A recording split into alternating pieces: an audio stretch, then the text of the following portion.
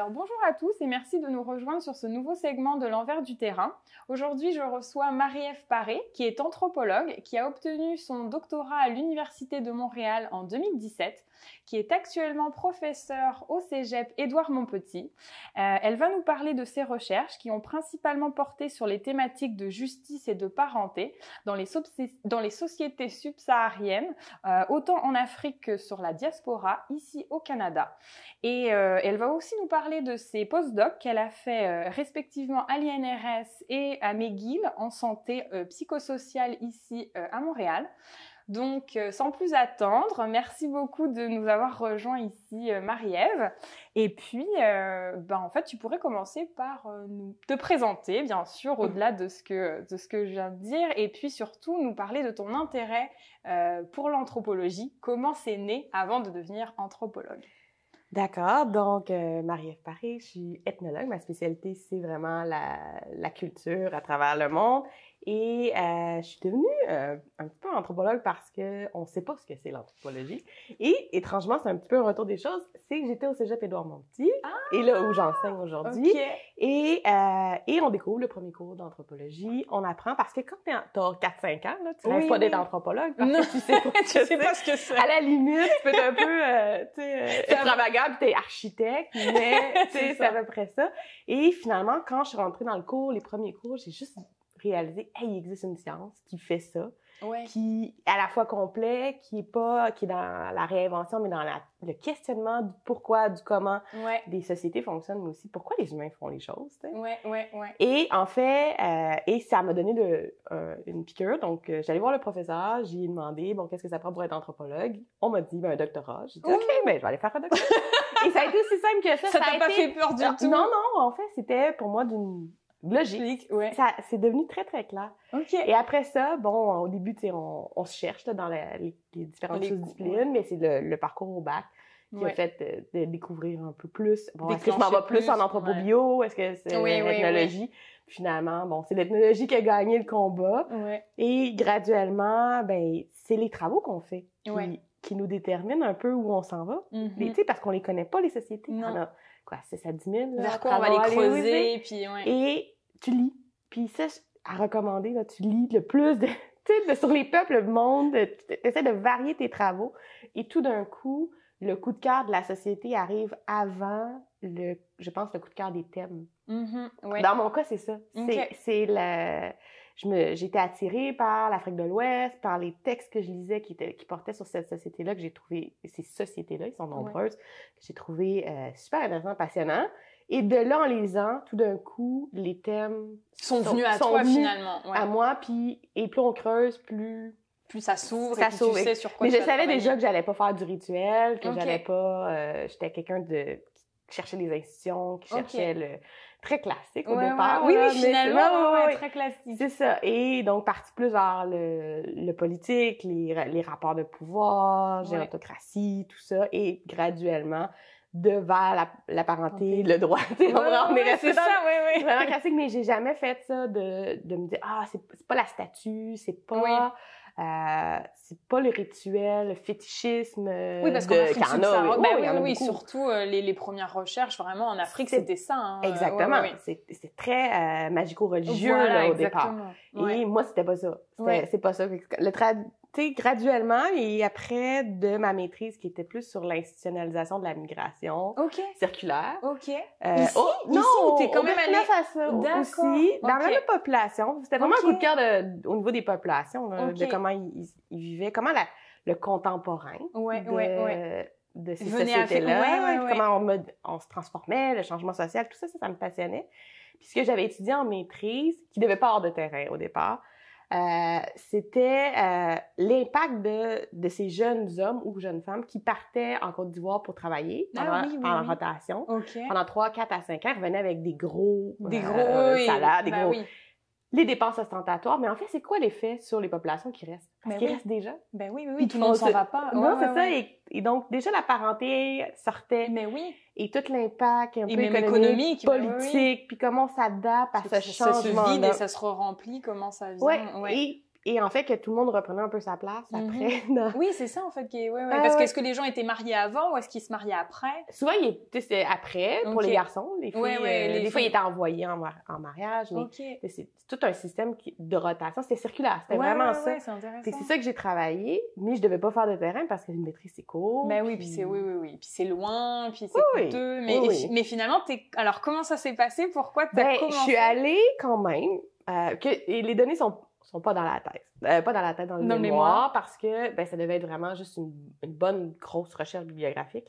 C'était la recommandation de mon directeur de mémoire à ce moment-là, qui était Michel Verdon, qui était une bonne recommandation, un bon conseil. Ça pour commencer. Oui, parce que l'idée de la maîtrise, c'est vraiment de bien réussir à maîtriser tes bases. Ouais. Quand tu sais que tu veux continuer sur ce sujet-là pour le doctorat. Exact. Oui. Mais j'avais besoin de voir les gens. J'avais besoin de voir ces personnes-là avec qui que j'allais décrire, que j'avais besoin d'avoir Donc toi, t'as ressenti ce besoin quand tu faisais tes recherches biblio. Oui.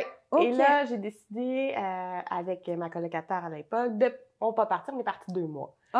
Au Burkina Faso. Donc t'es pas partie toute seule finalement. Non, pas le premier. Pas le premier. On est parti, on a fait le tour aussi, mais de voir parce que le Burkina Faso, comme toute Afrique de l'Ouest ou Afrique subsaharienne, je pense que t'as un coup de cœur. Oui. Voilà, c'est ça, exactement. C'est à la sortie de l'avion. Ouais. Il se passe quelque chose, exactement. Et ça connecte ou ça connecte pas. C'est extrêmement déstabilisant. Ah oui, c'est une autre vie. Hein. Oui. L'anonymat n'existe plus, même s'il existe. T'es vraiment... donc, c'est tout confrontant, mais de rencontrer les personnes, de discuter. Même si c'était pas pour faire de la collecte de données, proprement parler. Mais pour s'imprégner des lieux, du contexte et tout. Puis moi, je pense que ça enrichit de ce que t'as écrit. Pour un mémoire, ce que ça vaut. mais par rapport à nous-mêmes. Par rapport quand on continue, tu dis ton texte de mémoire, c'est relu aujourd'hui. C'est vrai. Il faudrait que je le retravaille. C'est vrai. On voit la progression au moins. C'est ça. Non, c'est l'apprentissage, c'est correct comme ça. Mais c'est ça. Fait que je suis partie les premières fois, ce qui fait que quand je suis retournée au doctorat, il y avait quelque chose d'un retour qui était déjà un petit peu plus facile. Parce que là, je revenais seule. Je savais quand je partais, puis à peu près quand je revenais. Je savais que je partais en septembre 2010. J'avais mon billet d'avion quand même. C'est loin. Pour se situer, il faut quand même prendre un avion jusqu'à Paris, puis de là, à Paris jusqu'à Ouagadougou, puis moi, qui est la capitale. Et moi, après, j'allais pas en capitale. J'allais à 2 heures, 1h30, 2 heures. À Koudougou, qui est la 3e ville. Donc, il y avait comme... il y avait décalage tout un horaire. Ça prend... Comptant le décalage horaire, on est dans le 22 heures là, de déplacement. C'est énorme. Donc, mais il y avait quelque chose de... Je suis de retour, j'ai pas eu je pense que ça allait de soi au départ. Mais c'était plus facile. Mais du coup, ça veut dire que toi, quand tu as eu ces 2 mois pendant ta maîtrise, est-ce que c'est là que tu as commencé à faire des contacts? Est-ce que c'est là qu'est-ce que tu as vécu pendant ces 2 mois finalement? On pense qu'on va faire des contacts. On y va avec plein de bonnes intentions. Dans mon cas, ça n'a pas duré, mais le fait je pense, de reconnaître les routes, de reconnaître les chemins. La ville où j'ai fini à Koudougou quand j'ai choisi d'aller là, de faire le terrain après là. J'avais pas de contact. On était passé 3 jours. C'était pas... C'est pas dans le circuit touristique. C'est pas c'est une ville où il y a 150 000 habitants, ce qui est quand même... C'est beaucoup, mais c'est pas non plus... C'est pas beaucoup par rapport à la capitale. Exactement. Ou à Bobo, qui est la 2e grande ville. Donc, c'est pas une ville touristique. Il n'y a pas tant de choses à faire, mais il y a une vie. Il y avait une vie réelle. Moi, ça m'intéressait. Elle était... grandeur moyenne. Oui, pour ton échelle à toi, c'était ça fonctionnait. Ça fonctionnait pour le terrain. Donc, on pense que ça va nous faire des liens.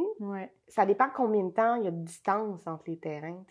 Les relations, c'est dur à établir. Puis, on se rappelle, la première fois que je suis partie, écoute, c'était en quelle année? Je sais plus.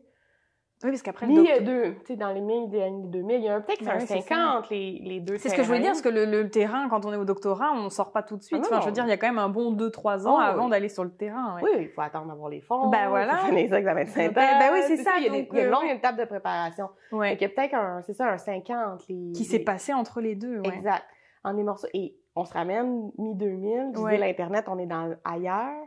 en Afrique subsaharienne et ici. Mais ici aussi, les téléphones, c'est différent. Les communications. Donc les réseaux sociaux et tout, c'est complètement différent. Oui, c'est un autre monde. Quand j'arrive en 2010, 2011, on est ailleurs. Non, 2011, 2012. Ouais. On est vraiment... déjà, c'est exponentiel. Okay. Fait que la relation de garder ces contacts-là, mais... donc, tout est à recréer quand j'arrive au doctorat. OK. De certaines façons. Donc, toi, au moins, t'es rassurée parce que tu sais où tu vas, t'as déjà vu. Mais en fait, tu dois recommencer de zéro. Ben, tu dois recommencer le réseautage. OK. Cette situation-là, parce qu'on avait été... on avait pris un guide pour le premier... C'était plus en mode vacances quand même. Oui, c'est un mode découverte. Ouais. Et non un mode séjour. Oui. Séjour de recherche et tout ça. Oui, c'est pas la même chose du tout, mais le fait de l'avoir vu, de connaître la sensation de ce que c'est cette chaleur-là, qui est très différente de notre chaleur à nous, parce que c'est pas... C'est désertique, Oui, c'est le Sahel. Ben donc, bon, quand t'arrives dans la saison des pluies comme là, mais ça reste que la saison des pluies, c'est pas l'automne. Il fait chaud pareil. Il fait chaud, puis il pleut pas si souvent que ça. Faut savoir si tu t'es capable de supporter ça. Oui, exact. Et c'est une chaleur qui, en fait... Parce qu'il n'y a pas la clim, hein? Oui, non. Il y en a à certains endroits. Oui, mais pas tout. Mais bon, il y a de tout. Oui. Mais il y a aussi des coupures. C'est ça. Des manques d'électricité. Puis ça dépend où t'es. Oui. Quand il pleut, là. Oui. C'est par torrent. Hein, oui, puis sur les routes de terre, l'eau monte. T'as l'impression que l'eau monte du sol en même temps. C'est-à-dire, il faut que tu te caches quand il pleut. Parce que si t'es sur la route, c'est genre, non, mais tout le monde le sait. C'est comme, c'est vigoureux. Mais, fait que c'est ça. Fait que ça, déjà, savoir comment on s'habille, comment se présenter, comment les gens vont te voir, comme... Tout ça était déjà gagnant. C'était comme un... Oui, tu l'avais déjà... Oui. Ben, un acquis. Non, mais autant au moins, j'avais l'impression que j'avais un acquis. Oui, c'est ça. Mais alors, du coup, ça veut dire que quand t'es revenue, t'avais pas nécessairement une famille tout de suite chez qui aller? T'étais dans un hôtel? T'étais dans une petite résidence? Là, quand j'ai commencé, j'avais prévu 2 semaines à Ouagadougou. Qui est la capitale. Et donc, j'avais l'hébergement de ça. Je pense que ça, c'est dans le préparatif de très local, de savoir où tu vas vivre le premier mois, c'est quand même important. C'est quand même important parce que ça te donne un certain point d'attache, une stabilité lorsque tout embarque. Quand on sait qu'on part seul. Donc, on sait qu'on laisse sa vie ici en parallèle attendre. Ou elle attend pas, hein, elle continue. Non, mais toi, t'es plus là. Toi, t'es plus là. Elle compte, et t'as besoin de cette petite sécurité-là. Dans mon cas, en tout cas, j'avais besoin d'un petit point d'ancrage. Donc, j'avais 2 semaines d'hébergement qui n'était pas un hôtel de luxe, mais qui n'était pas non plus... Non, mais qui n'était pas non plus... Qui était à proximité de l'université de Ouagadougou. Pour avoir au moins peut-être ce petit point de repère-là, parce que, le contact en université, c'est un petit peu plus facile. Oui. Tu peux rencontrer, les ça rassure aussi. C'est rassurant. Les livres... J'allais chercher aussi certains textes que j'avais jamais été capable d'obtenir. Exactement. Je savais que déjà j'allais travailler sur le droit. Mais le code civil, par exemple, il faut le trouver, puis tu peux pas te le faire venir. Non, c'est ça. Le code des personnes, de la famille, tout ça, trouver ces textes-là, rencontrer les profs locaux. D'ailleurs, grâce à ça, j'ai pu plus tard, en octobre, faire une conférence à l'université. Génial. Donc, faire des petits allers-retours. Donc, proximité avec l'université, mais quand même, faire ton terrain, puis être dans l'immersion. Et après ça, 2 semaines plus tard, de partir à Koudougou, où là, j'avais un hébergement. Qui était une maison d'accueil, une maison d'association. Qui était tenue par une association française. Qui s'appelle la Maison des Projets. Et qui s'occupait de la spiruline, donc, dans Koudougou. Mais c'était une maison de 4 chambres qui était tenue par ces personnes par une famille burkinabé, donc qui était alliée à l'association, mais c'était 4 chambres à l'intérieur. Irène habitait là avec sa sœur, sa nièce qu'elle élevait et son fils. À ce moment-là, il y avait la maison, il y avait le petit dortoir, puis il y avait les 3 autres chambres. Donc c'était ça. Et il y avait quand même une certaine sécurité. C'était une maison qui était à l'origine, qui était une maison de bigame, mais qui a été convertie, donc parce que la polygamie. Oui. Donc, qui était une maison avec une cour, avec les arbres, et ça m'a permis d'avoir les relations. Puis, au bout de 2 semaines, il y avait des gens de l'association qui étaient là, qui m'ont dit, mais t'es aussi bien de rester, parce que louer une maison, ça coûte. Puis en plus, place, tout seul. Ça te prend quand même un gardien de sécurité à ce moment-là, ça prend du... Si t'es malade, oui, il n'y a personne pour t'aider. C'est ça, puis faut que t'as pas de nourriture à l'hôpital. Exactement. Et je m'étais déjà liée d'amitié beaucoup avec la famille qui habitait là. Avec Irène, particulièrement, mais avec... Donc, c'était plus simple pour toi de rester. Et les enfants. Donc, finalement, je suis restée. Je suis restée pendant tout le terrain. Wow, OK. Là, et ils m'aidaient avec les repas, parce que, il faut apprendre. Mais, oui. Dans le fond, ils m'ont un peu adoptée, puis ils m'ont emmenée aussi. Donc, des fois, il faut pas, tu sais... Il faut trop contrôler les choses, faut accepter ce qui vient. Exact. Puis, moi, en étant là, je faisais toujours une présence. Bon, ça aidait la maison associative. Moi, j'avais ma sécurité. Je pouvais me promener partout. Ils m'ont appris à faire de la moto. Qui était pas vraiment une moto, là, qui était une P50. Je sais pas si c'est une moto à pédale. C'est la seule, je pense. Une petite mobilette. Parce que le vélo, à un moment donné, ça fait, hein. La ville est quand même grande. Il fait chaud. Il y avait ça des au revoir la France, là. Il y avait eu une vie avant ces vélos-là. C'est excellent. Fait que là, ma petite P50, ça me permettait de me déplacer facilement dans la ville, tout en 15 minutes, à peu près. C'est cute! Ils m'ont montré. Eux autres, il y avait des scooters avec des petits trucs. Ça marchait mieux, là. Moi, ma P50, elle avait vécu. Elle avait pas de jauge d'échange, on s'était à l'œil. Oh mon Dieu! Tu regardes avec un 4 litres. Tu manquais d'essence quelques fois. Il y avait pas non plus... Le truc... Elle était ancienne, là. Elle avait pas de... l'aiguille des kilomètres-heure. Elle fonctionnait plus. Fait que c'était pas mal à l'œil. Tout était à l'œil. Ouais. Non, mais c'était un peu toujours comme ça. Tandis que, tu sais, les autres motos qu'ils pouvaient avoir, là, des vrais scooters. Il y avait les routières, là, les grosses. Ça fonctionnait, Eux autres, il y avait avec, tu sais, l'embrayage, puis tout ça. Moi, c'était pas mal. Genre, je partais à vélo. Oui, c'est l'accélération, tu regardes à l'œil, tu t'assures qu'on est correct. À peu près, y a-tu de l'essence? Je la brasse, la regarde. C'est à peu près ça. Mon Dieu. Mais ça marchait bien. Ben oui. C'est ça, Comme t'as pas de casque, t'as pas de miroir, t'as rien. Là. Tu penses pas à ça, en fait. Non, tu y penses. Fait que moi, le fait qu'elle pouvait pas vraiment, potentiellement pas plus aller à plus de 25-30 km/h, c'était parfait. Oui, c'était parfait. C'était mieux que ton vélo, mais au moins, ça restait safe quand même. Oui, c'était beaucoup mieux que le vélo. Ben ouais, non, j'avoue. Il fait chaud, là. Il peut faire jusqu'à 45. 50, le vélo, là, c'est de l'effort. C'est ça. Tandis qu'il faut que tu te déplaces, puis tu peux amener des gens plus facilement avec toi. Oui, c'est vrai. Quand tu dois aller faire les entretiens, les observations, il faut que tu aies une certaine indépendance de déplacement. Non, c'est vrai. Malgré tout. Ouais. Mais puis éventuellement, au bout d'à peu près 2 semaines, tout le monde te reconnaît. C'est comme t'es la Nassara qui veut dire blanc du quartier 3. Qui savent que c'est toi. Puis qui est le P50. Qui t'entendent à 10 km à la ronde. Oui, non, ça fait du bruit, là. C'est excellent, ça. C'est vraiment... Je pense qu'il y en avait 2 dans la vie. Donc, c'était soit la blanche, soit l'autre. L'autre était gris. Donc, c'est bon, ça. Mais je l'aimais vraiment beaucoup. C'est génial, ça. Je me suis attachée à la petite 50 qui m'a permis de me déplacer. Mais en fait, c'est ça, j'ai habité là. Mais ouais, donc puis il y avait le petit garçon de 4 ans. Donc, au moins, t'étais vraiment dans la vie. Oui. Puis, donc, il m'aidait avec les repas, là. Il cuisinait, mais il pouvait me faire, des repas locaux. Moi, j'aimais beaucoup les manger locaux. Ouais. Puis souvent, il y avait personne. Parce que c'était associatif, donc c'était soit d'autres... Il y a beaucoup d'aides humanitaires qui viennent au Burkina Faso. Fait que c'était soit d'autres personnes associatives qui étaient là 5-10 jours. Exact. Et des fois, il y a personne pendant un mois. Fait que moi, je suis toute seule avec la famille. Tu rencontres les gens. Par la suite, à partir de janvier, il y avait 3 autres personnes, 3 autres jeunes qui venaient faire, dans leur cadre de stage en France, là, un bénévolat dans les orphelinats. OK. Puis qu'on s'est liés d'amitié avec eux aussi, mais ça restait... Que de temps en temps, t'avais quand même une certaine exclusivité avec la famille, et puis au moins pour vraiment t'intégrer. J'étais la tata. Ça faisait partie de ça. Ouais. Moi, ça arrivait souvent que pendant qu'ils cuisinaient, j'allais m'asseoir à côté puis j'essayais de décosser les pois avec... J'avais vraiment pas leur compétence, là, parce de travailler dans les airs, de tout ça. Ouais. Mais il y avait, tu sais, d'aller juste discuter, là, de parler. Puis c'est comme ça aussi que t'en apprends sur la société, le village, ou sur quoi tu vis. Oui, c'est ça. Mais en fait, sur les potins. Mais oui! Les commérages, les potins, les histoires. Ça, c'est la vie, hein? La vraie vie, là. C'est vrai. C'est la vraie vie. Ben ouais, non, c'est ça. C'est la vie à 100 000 à l'heure, mais c'est la vie. Ouais.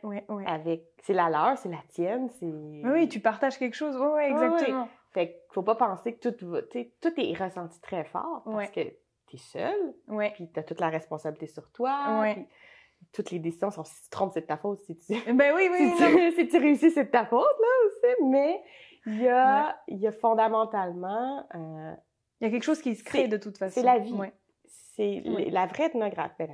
L'ethnographie immersive, là, quand c'est 24 heures sur 24, c'est ta vie que tu as mis en expérience. J'aime bien dire ce mot-là parce que c'est exactement ça. Tu as mis ta vie en expérience scientifique. Ça dure toujours.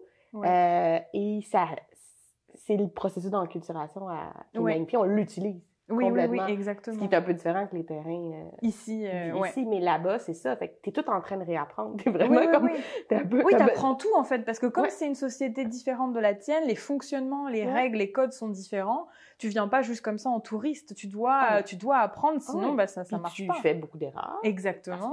Donc, c'est bien quand les enfants sont là pour t'expliquer pourquoi. Oui, tu te sens moins mal quand c'est des enfants. Et c'est ça, mais tu as aussi des bons coups. Tu essaies au mieux de tes capacités, d'être là, d'être une bonne personne aussi, parce que c'est ça aussi. Oui, pas manquer de respect aux gens, tout ça, apprendre ce qui est bien, pas bien, et puis comment tu peux blesser ou pas les gens. Oui, c'est ça, exactement. C'est beaucoup d'humilité. Et beaucoup d'écoute quand ils disent c'est pas une bonne idée d'aller faire ça. Leur faire confiance. Exactement. De pas prendre... Tu sais, de pas penser en mode occidental, et puis oui, moi j'aurais fait ça si j'étais... C'est ça, puis là, s'ils disent que c'est pas...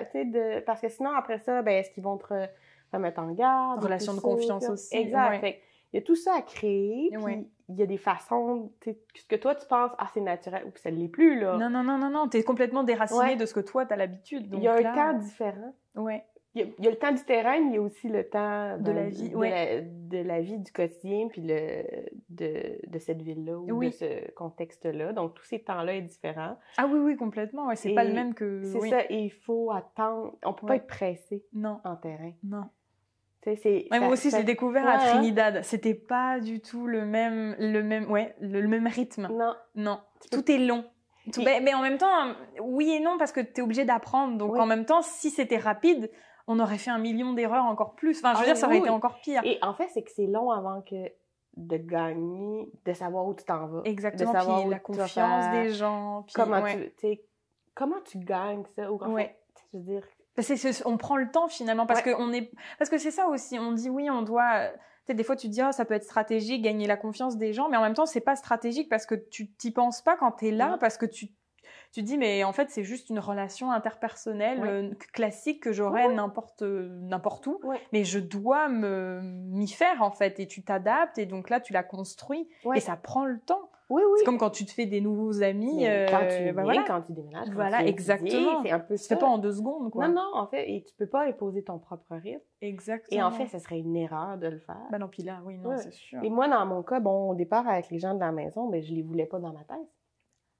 Parce que tu t'étais dit, c'est le lien d'amitié. Non, mais c'est le lien d'amitié. Le côté, À un moment donné, c'est certains d'entre eux qui m'ont demandé de l'aide à la fin. On dit, pourquoi tu m'as jamais posé des questions à moi, ou tu m'as jamais demandé mon histoire? J'ai dit, si tu veux, on le fait. Mais je voulais pas... tu voulais qu'il y ait une distance quand même. Je voulais... parce que des fois, après, les gens peuvent être mal de ce qu'ils t'ont confié. Oui, parce que tu sais pas ce qui c'est plus scientifique ou plus personnel, et qu'est-ce que tu choisis de prendre. Et moi, je travaillais sur les conflits de famille, et la justice, et l'impact de... En fait, de mon doctorat, c'était l'impact des transferts des droits humains, c'est une certaine façon, là, mais localement. Donc, avoir un code de droit qui est inspiré fortement du droit français, qui vient de la Révolution, qui avait un objectif de vraiment d'instrumentaliser ou de moderniser la société. Mais localement, là, les gens, ils font quoi avec ça? C'est-à-dire, à quoi il sert le tribunal? Est-ce qu'on y va? Est-ce qu'on y va pas? Comment ça fonctionne? Donc, moi, c'était ça, parce qu'il existait d'autres formes de système de justice. Il y avait d'autres droits. Il y avait le droit coutumier, il y avait les droits selon les religions. Il y avait chaque famille avait aussi sa façon de régler. Fait que moi, mes entretiens, ou quand les gens me parlaient, ils me parlaient de conflits de famille. Donc c'est énorme. Et de qui est qui, et qui fait quoi. Et là, c'est le commérage en bas. Voilà.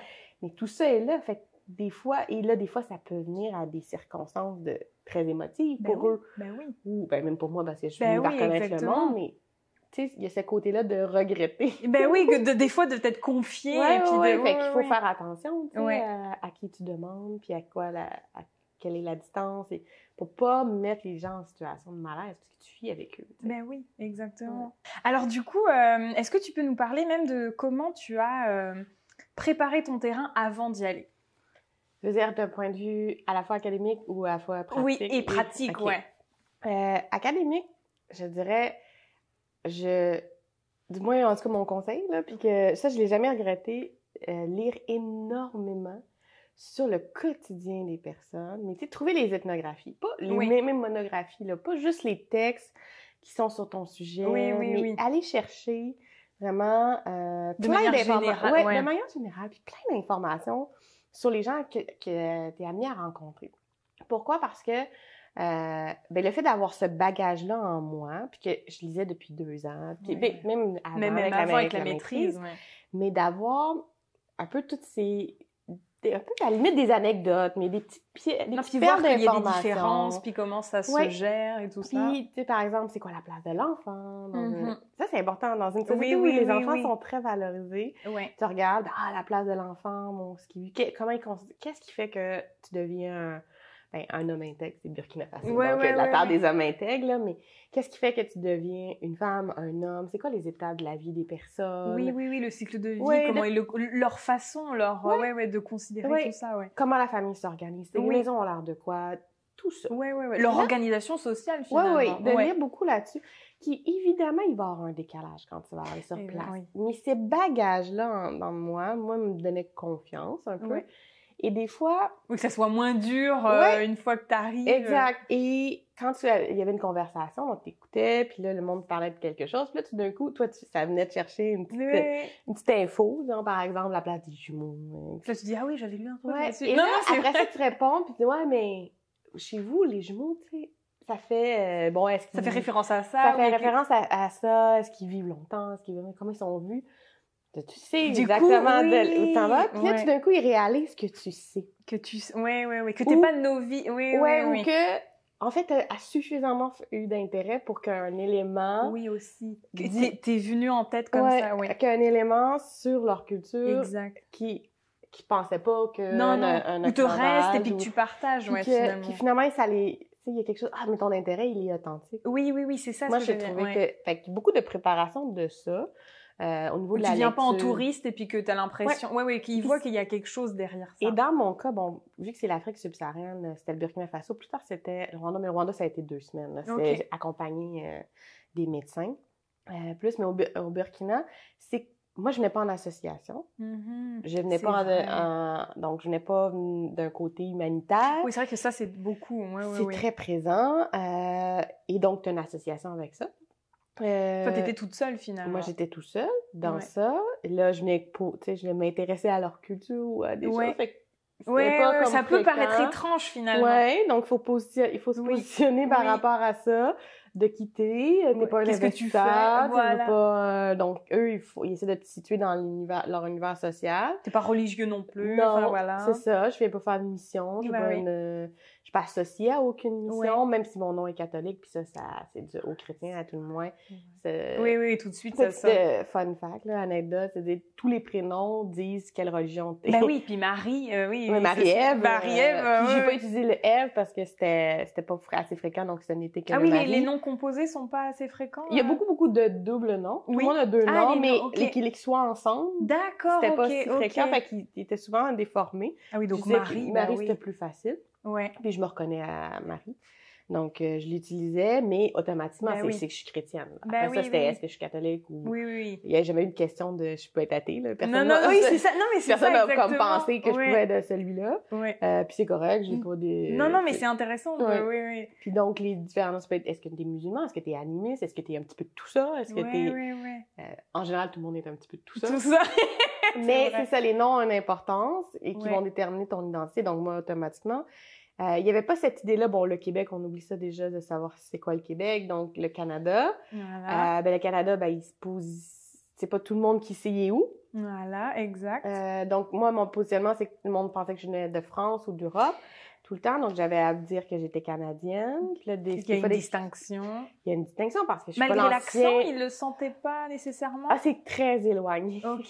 C'est-à-dire l'accent commence à... Ils voient là que j'ai pas le même accent que les Français. Les Français, mais au départ, j'utilisais mon accent québécois normal. Normal. Non, mais je veux dire celui que j'utilise dans la vie de tous les jours, en parlant malheureusement un petit peu trop vite, puis en accrochant les mots, mais bon. Et ils sont très, très gentils, polis, hospitaliers, fait qu'ils disaient pas qu'ils ne comprenaient pas. Puis c'est pas un accent qu'on entend souvent, parce qu'à part à TV5, il faut avoir TV5. Il y en a qui se coupent, là. Mais non, c'est pas tout le monde. Hein, c'est ça. Et donc, ils le disaient pas.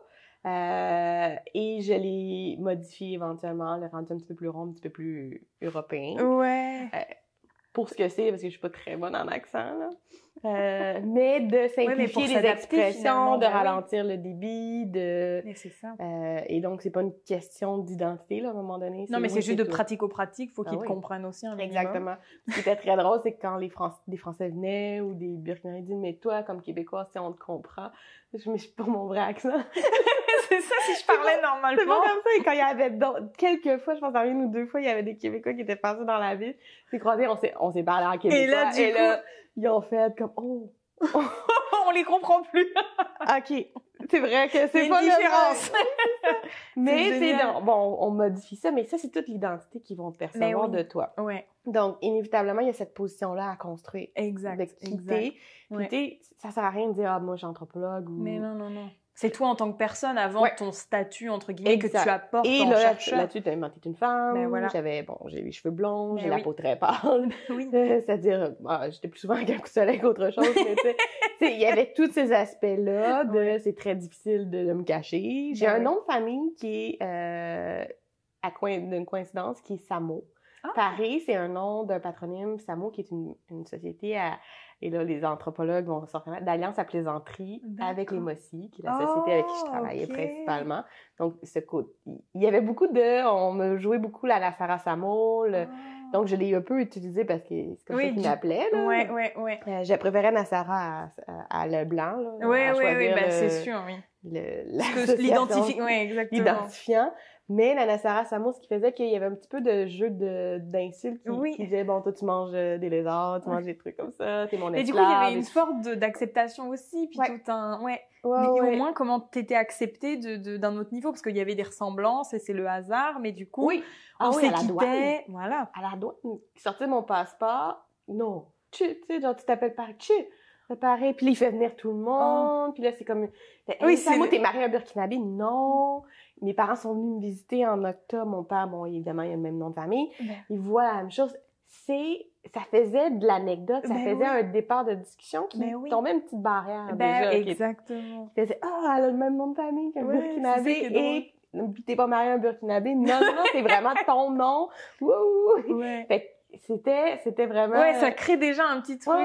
Qui était une population assez connue. C'était un peu le patronyme le plus courant chez les Samoans. OK. C'est l'équivalent d'un Tremblay, là. Oui, c'était très... commun, finalement.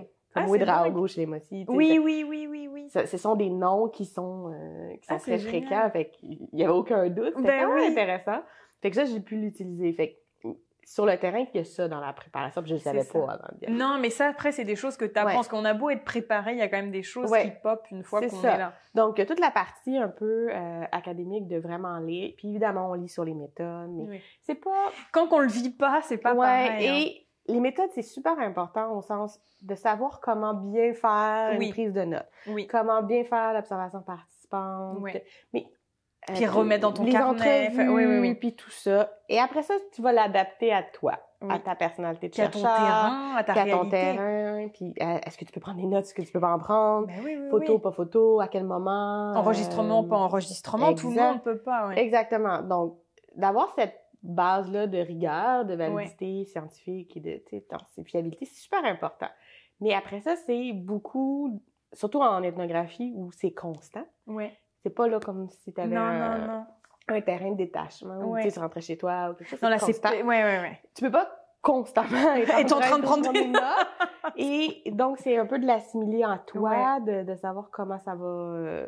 et comment tu vas le ressortir après le soir ou à n'importe quel moment de la journée quand tu peux, finalement. Oui, exactement. Fait qu'il y avait des moments où on avait de prise de notes formelle. Et il y a d'autres moments où ce n'est pas possible. Des entretiens, collecte de données plus... type entretien, d'autres moments que c'est pas possible.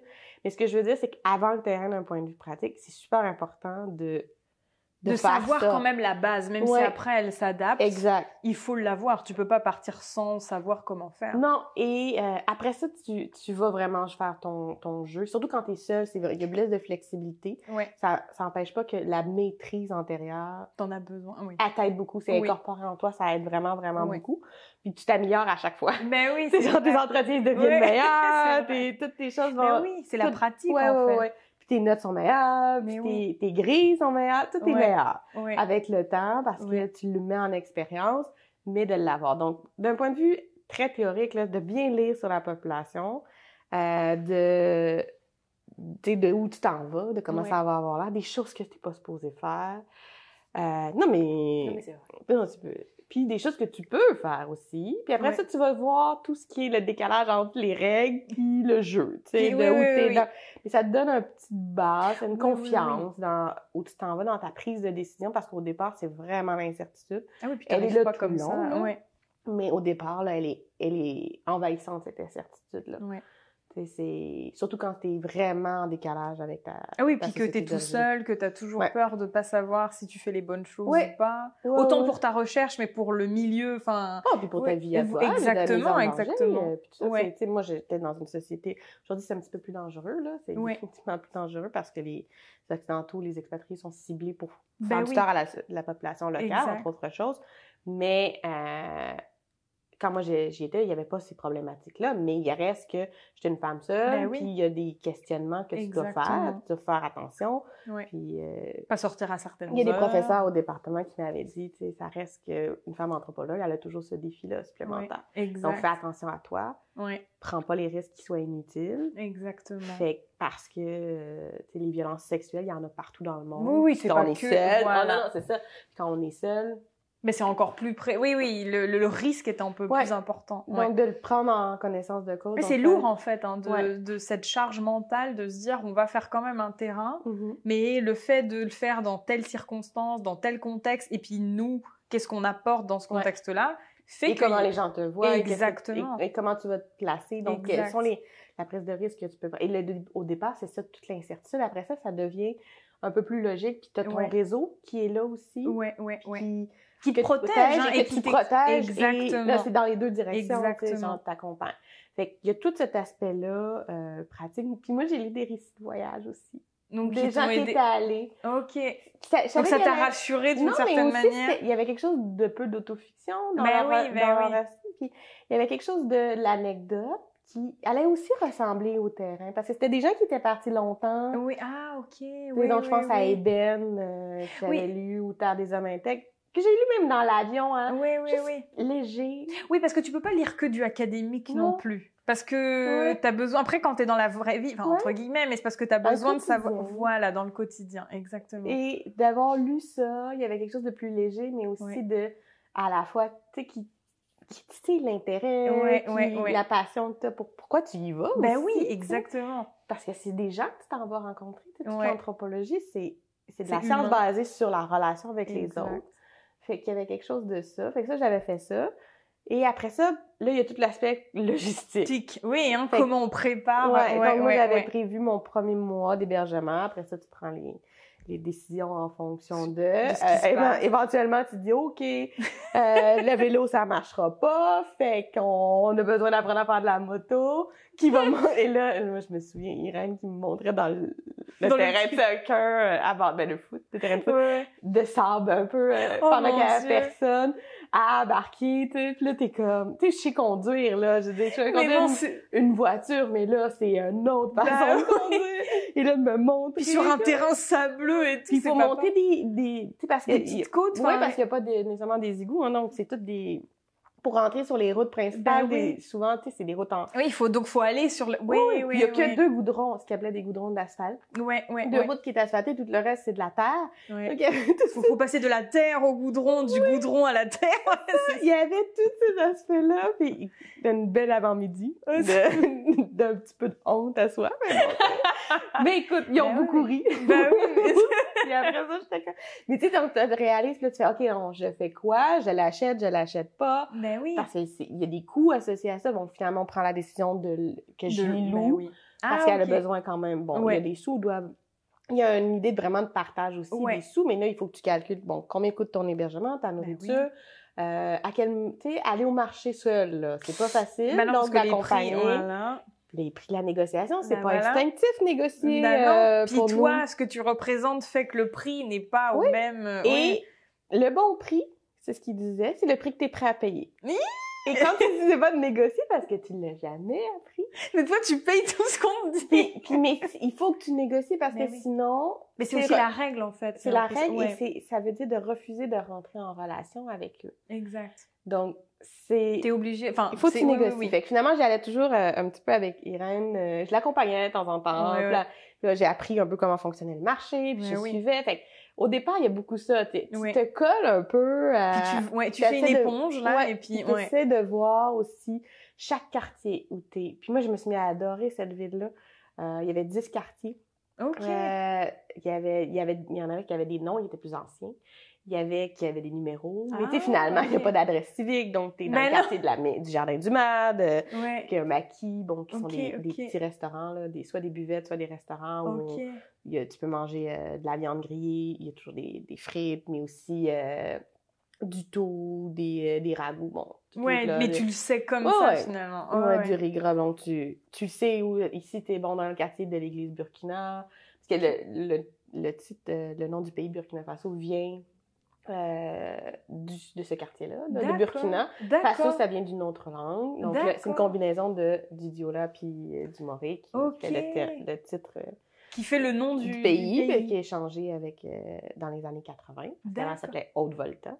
Qui était le nom français de quand il était colonisé. Et quand ils ont eu l'indépendance, ils l'ont changé beaucoup plus tard. Oui, c'est ça. Ils l'ont gardé, ils ont eu l'indépendance en 1960, en 1960, puis ils l'ont changé, je pense, en 84. Quand ah oui, quand même, oui. Entre 84 et 87, là, les dates, c'est pas mon point fort, là. OK. Mais ils l'ont changé dans cette période-là, qui est vraiment cette idée-là de faire la terre des hommes intègres. Oui, OK. Donc, dans toute cette vague de modernisation de l'époque, de la révolution sankariste qui était là pour le meilleur et pour le pire. Là. Exact. On fera pas le... on va pas faire de ça, mais pour les intéressés, il y a un procès qui s'ouvre là, dans les prochains jours sur justement l'assassinat de Sankara, maintenant presque 25 ans plus tard, même 30 ans. C'est énorme. Ça fait 3 décennies plus ou moins. Fait qu'il y a ça. Donc, connaître le quartier, les rues, comment tu te déplaces, connaître qui est là. Mais ça se fait pas comme ça, ça s'apprend. Au départ, après ça, c'est OK, mais là, le recrutement, moi, je m'en viens faire un projet. J'avais choisi Koudougou parce que c'est une ville de moyenne dimension. Moi, mon intérêt, c'est, comment ça se passe dans le quotidien. La capitale, là, c'est extraordinaire, mais c'est tout. C'est tous les comportements sociaux que tu peux avoir. À la limite, toutes les temporalités sociales, là, à la limite, parce que tu as des gens qui vont vivre encore presque, ils vont dire, comme au village, dans la capitale. Donc, eux, ils vont dire, au village, on fait ça. Donc, de façon beaucoup coutumière, traditionnelle, avec les donc, c'est pour ça que toi, en étant là, dans la ville moyenne, tu es autant dans la ville que dans les villages, que les villages sont en périphérie très proche. Tu as des zones avec électricité, des zones sans électricité. C'est quand même une grande ville. Mais en même temps, tu as accès à un bassin assez varié, quoi, finalement. Et il y avait aussi une certaine homogénéité au niveau ethnoculturel, c'est-à-dire c'était des Mossi et des Gurundis, principalement. Mais il y avait aussi un tribunal de grande instance. Quand même, il y avait une action sociale, qui est un peu les services sociaux, qui étaient là sur place. Il y avait des écoles, il y avait des missions, il y avait des donc écoles primaires. C'était pas juste le village, il y avait quand même c'était au niveau structure, il y avait une gare, il y avait il y avait un grand marché, donc c'était un point central de la région, mais avec un rythme plus tranquille, qui est pas solide. Donc on pouvait voir vraiment, moi mon intérêt comme ethnologue, c'est les changements que vivent les sociétés contemporaines, notamment en Afrique subsaharienne, mais ils sont pas toujours tous en capitale. Non. Puis c'est pas vrai qu'il y a juste des villages puis des capitales. Exactement. Il y a les autres villes de moyenne dimension, de 50, 100, 100 000 qui font espace tampon un peu. Et qui sont l'entre-deux. Et que tu vois un peu ces comportements émerger, mais à une vitesse moins rapide, mais pas non plus complètement décalée. Exact. Donc, je trouvais que c'était quelque chose d'intéressant. De pouvoir le voir. D'être là et de le voir. Parce que c'est ça, les métropoles, les grandes villes, ben, tu peux trouver tout ce que tu veux. Non, c'est intéressant, mais après, oui. Mais c'est pas la même chose, là, quand tu fais ton ethnographie, que tu es là pour étudier les gens. Au moins, c'est intéressant d'avoir cette perspective-là. Oui, parce que moi, j'essayais de voir, c'est quoi l'impact local de ce qui se passait avec d'avoir... Donc, j'avais besoin des institutions étatiques, mais j'avais aussi besoin des gens qui existent. Exact. C'est des gens qui pouvaient les utiliser ou pas, qui faisaient le choix ou pas. De ce qui se passait avec la périphérie, ce qui se passait dans la ville-centre. Exact. Donc, qu'est-ce qui se passe à 5 km, à 10 km? Qu'est-ce qui se passe pour les gens? Il y a eu un impact. Il y a eu un impact majeur parce que la distance géographique entre l'hôpital, le tribunal, ça changeait tout. Exactement. Le processus d'accès et à la réclamation des droits et la mairie. Bon, tout ça. Ça prenait tous ces Parce éléments. Que les transports pour s'y rendre, c'est pas facile. Ah non, comme là, on parle de la mobilette. Moto, la mobilette, je peux pas aller à 10 km. Ben non, puis après, tu peux pas être 50 dessus. Enfin, je veux dire, voilà. Donc, c'est ça. Puis là, même ça, si ton enfant malade à l'hôpital où il y a aussi une antenne d'action sociale, tu fais comment? Bon, c'est compliqué. Et il disait, il faut que les mariages soient reconnus pour qu'il y ait droit au droit étatique. Bon, mais pour te marier, il faut que tu aies à la mairie. Ben oui, mais donc, la mairie, elle est là. Et donc, ça explique pourquoi certains phénomènes restaient là. Et ça m'intéressait. Donc, mais je savais pas comment j'allais recruter. Mais c'est ça ce que j'allais te dire, parce que comment tu recrutes, même si les gens savent qui t'es. C'est ça. Et là, finalement, au début, t'essaies d'aller dans les institutions un peu locales, mais là... Donc, tu te présentes. T'essaies de te présenter. Là, il y avait une maison de la femme, je m'étais dit, je vais aller là, mais bon, c'était... Dans le cas où, du moins, de la période où j'étais, c'était un peu une institution vide, qui était là plus... parce qu'elle était là, mais il n'y avait pas vraiment de service là. Donc, trouver à qui parler. Puis tu peux pas juste arriver comme ça. Ben non. Puis il faut prendre... Fait que ça prend une référence. Ouais. Ah, OK. C'est ce que je me suis rendu compte. Et là, à ce moment-là, il y avait la personne qui dirigeait l'association de la Maison des projets qui est arrivée pour un séjour d'1 mois. Et lui, ça faisait des années qu'il venait, qu'il connaissait. Puis et là, il m'a amené partout, il m'a présenté les gens. Et au bout de ces 6 semaines-là, donc au départ, j'avais fait 2 semaines à Ouaga, qui est Ouagadougou, la capitale. J'étais là depuis 2-3 semaines. Et c'est aussi qui m'avait dit, mais tu devrais rester. Puis ça aidait l'association d'avoir quelqu'un toujours. Puis moi, ça m'aidait. Ben oui. C'était gagnant. La famille aussi, moi, j'étais contente. Je les aimais mais tu pouvais pas arriver juste comme ça, finalement. Et non, et de fait de se faire... lui, il connaissait la mairesse, il connaissait... il connaissait donc des gens au tribunal, il connaissait des gens un peu partout dans la ville parce que ça faisait 20 ans qu'il venait. Qu'il était là et qu'il venait faire des tours, donc présenter les gens. Et là, j'étais reconnue. On m'a fait une association, j'avais une référence, et j'ai pu partir de ça.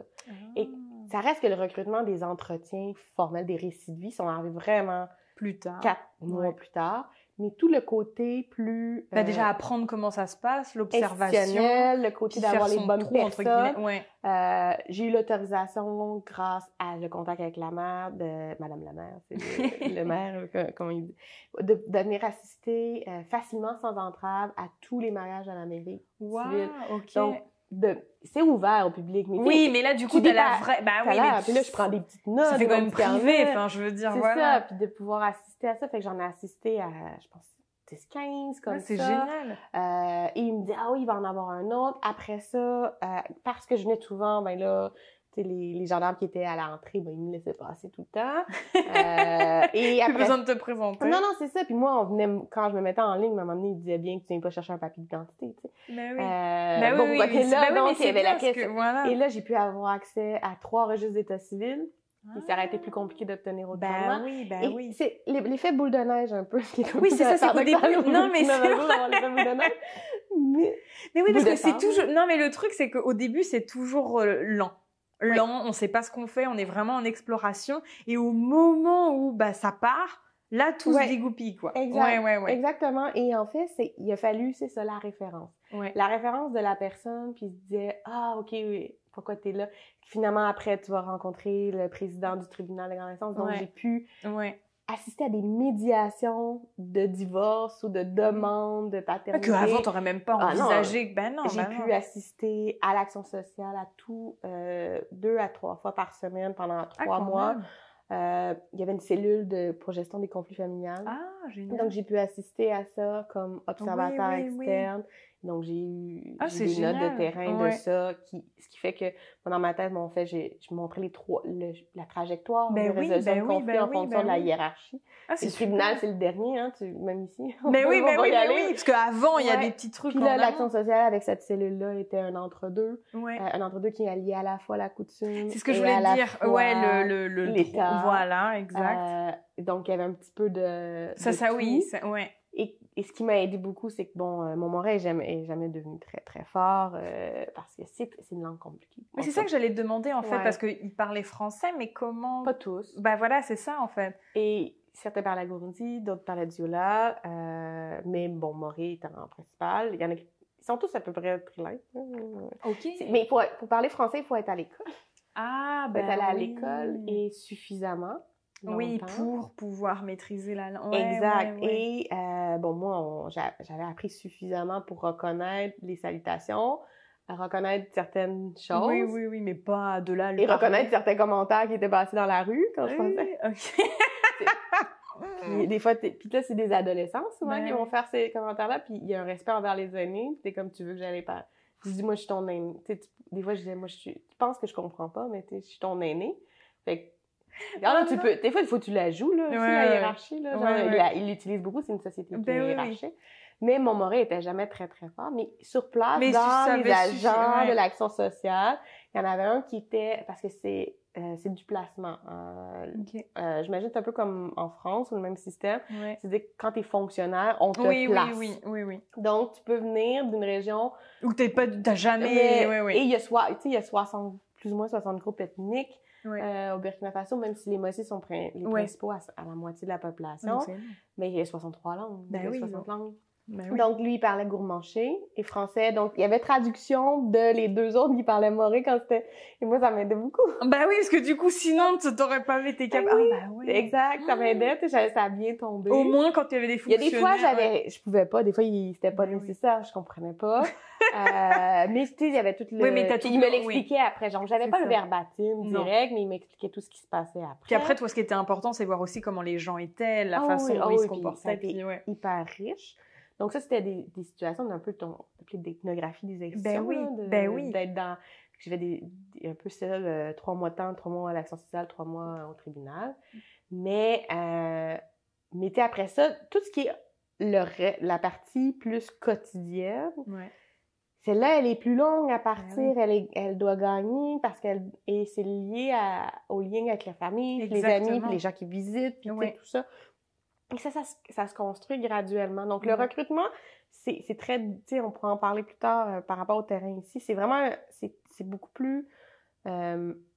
en osmose, là, c'est avec le c'est organique, tu peux pas... Puis qui tu connais qui pourrait parler de ça? Est-ce que tu connais quelqu'un qui accepterait de parler de ces sujets-là? Ah oui, c'est pas du tout formel comme on a l'habitude ici. C'est ça. Puis, tu sais, c'est sans compensation. Puis c'est pas... tu sais, c'est vraiment différent. La compensation se fait différemment. Là. Oui. C'est un partage d'un repas. Exactement. Tu vas inviter, mais tu sais, c'est pas pour le temps de... C'est toi qui te déplaces. Ça arrive souvent que tu as pris rendez-vous, mais le rendez-vous va changer. Il y a aussi tous les moments où est-ce que c'est pas exactement ça. T'es pas en train de faire ça formellement, mais on t'invite. Moi, je travaille sur les mariages, dans les conflits. Donc, j'étais invitée à des mariages, donc à aller se déplacer, à aller voir les mariages. J'en ai vu plusieurs des mariages aussi, mais ça, c'est long avant de voir. Ben oui, d'être intégré pour aller être invité et tout exactement. Donc, tout ça, c'est passé plus dans la deuxième portion de temps qui est devenue très, très rapide. Où j'avais toujours quelque chose...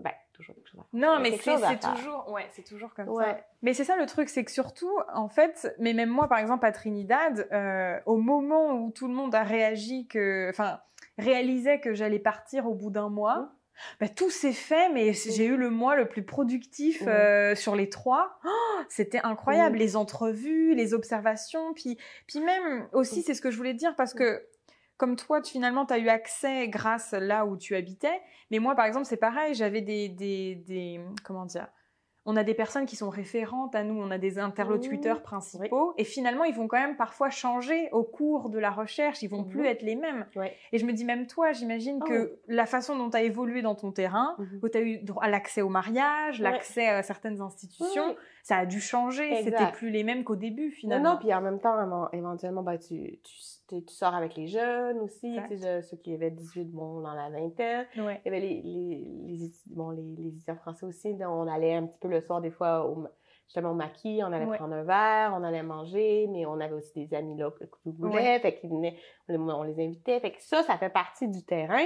C'est une vie quotidienne. C'est une vie quotidienne, c'est une vie de ce que tu fais. Donc oui, t'as tout ton côté formel, mais tout le reste, moi je suis restée de septembre à mai. C'est énorme. Mon regret, c'est d'être partie finalement, mais j'ai l'impression d'avoir atteint mon point de saturation, ce qui est comme le point où on a l'impression d'avoir atteint les données. Puis c'était on est encore dans la pique de la saison sèche, là, chaude, là, donc là, t'en pouvais plus. Puis, mais il y a souvent ça, les émotions sont très en montagne russe. Sur la terre, il y a des journées où t'es épuisé de manquer d'anonymat ou de tout ce que tu vois ou de tout ce que... Tu sais, il y a des situations qui sont dures. Émotives. Oui, très dures, émotives. Tu vois... C'est pas n'importe quelle pauvreté. Non. C'est pas n'importe quelle richesse aussi. Je veux dire, c'est des côtés, il y a des gens que tu sais qui vont pas sauver. C'est des enfants que tu vois que tu sais qu'ils vont pas sauver. Donc, il y a des choses... c'est dur à encaisser. Et il y a des journées ça va, hein. Ça fait partie du travail. Mais d'autres où c'est beaucoup plus difficile. Puis tu t'ennuies de tes proches, puis tu t'ennuies... Tout ça existe. C'est long, en fait, mine de rien. Même si on est content d'être sur le terrain, il y a quand même une réalité qui nous rattrape. Et ça te forge, c'est vraiment un rituel initiatique. Ce premier terrain de doctorat-là, il est de l'ordre du rituel initiatique, surtout lorsque tu vas à l'étranger. Fait que c'était un long terrain. Et avec le recul aujourd'hui, j'aurais pas dû... je suis contente d'être revenue, mais je pense que j'aurais pu rester 2 mois de plus. En fait, ou finir l'année. Je suis partie plus ou moins 10 mois, là, autour de ça, 9-10 mois. Puis je suis retournée après, là, pour d'autres... une autre fois, un tour avec un autre projet, mais il y avait... Puis j'ai revu tout le monde. Mais il y avait une fatigue, puis j'aurais peut-être dû passer au août, parce que après le retour, là, t'as tout le... T'as l'effet du retour. Ah oui, puis moi, c'est 3 mois, là. 3 mois où ça papillonne. C'est ça, tu dois te déprogrammer. Oui, pour revenir ici et les nouveaux... Enfin, pas des nouveaux codes, mais tes anciens codes que tu dois... Ça, tout est comme proche, tout est loin, tout est comme un peu en brouillard. Puis c'est correct. Mais il y avait je pense que j'aurais dû poursuivre parce que j'aurais été chercher la dernier morceau que je pensais que j'avais, mais que j'avais pas quand j'ai refait l'analyse plus poussée des données. Qui réécoutait les entretiens, tout ça. Exact. Il y avait quelque chose où j'aurais... T'aurais saisi des choses que t'aurais... Mais je pouvais pas le savoir sur le coup. Non, puis t'étais quand même à bout d'une certaine manière, t'étais fatiguée, puis pour toi, t'avais aussi la saturation de données. Oui. Un moment... Mais j'ai atteint un point de saturation. Mais ça, c'est l'expérience qui dit ça, finalement. C'est l'expérience qui dit ça. C'est le recul. Mais j'avais un point de saturation de données, c'est qu'il y a un questionnement qui a émergé de ce point-là, que j'ai pas vu venir, puis que je suis convaincue que si j'étais restée un petit peu plus longtemps, je l'aurais eu. Qui serait arrivé, ce morceau-là. Mais ça en fait pas que ma tête était moins bonne ou quelque chose, mais il y avait un... Donc l'importance de la durée aussi et de comment finalement malgré finalement la saturation de données, faut réussir à creuser certaines choses. Il faut accepter aussi de savoir quand il faut revenir. Oui. Tu sais, il y a est-ce qu'on revient aussi parce qu'on sait qu'au plan académique, on doit rester tant de temps, ou est-ce qu'on doit aussi planifier ça en fonction de la récolte, finalement? Je sais pas. Je pense que ça dépend vraiment de quand est-ce que t'es parti. Il y a des contingences, des structures qui sont de l'ordre bureaucratique, de l'université, mais des fonds. Puis des visas, des fois, des trucs comme ça. Moi, je suis obligée de renouveler un visa. J'avais 6 mois, puis j'avais eu un autre, je pouvais renouveler, mais ça, c'était pas... Oui, mais c'est aussi bureau, puis, mais ça fait partie, donc, des choses.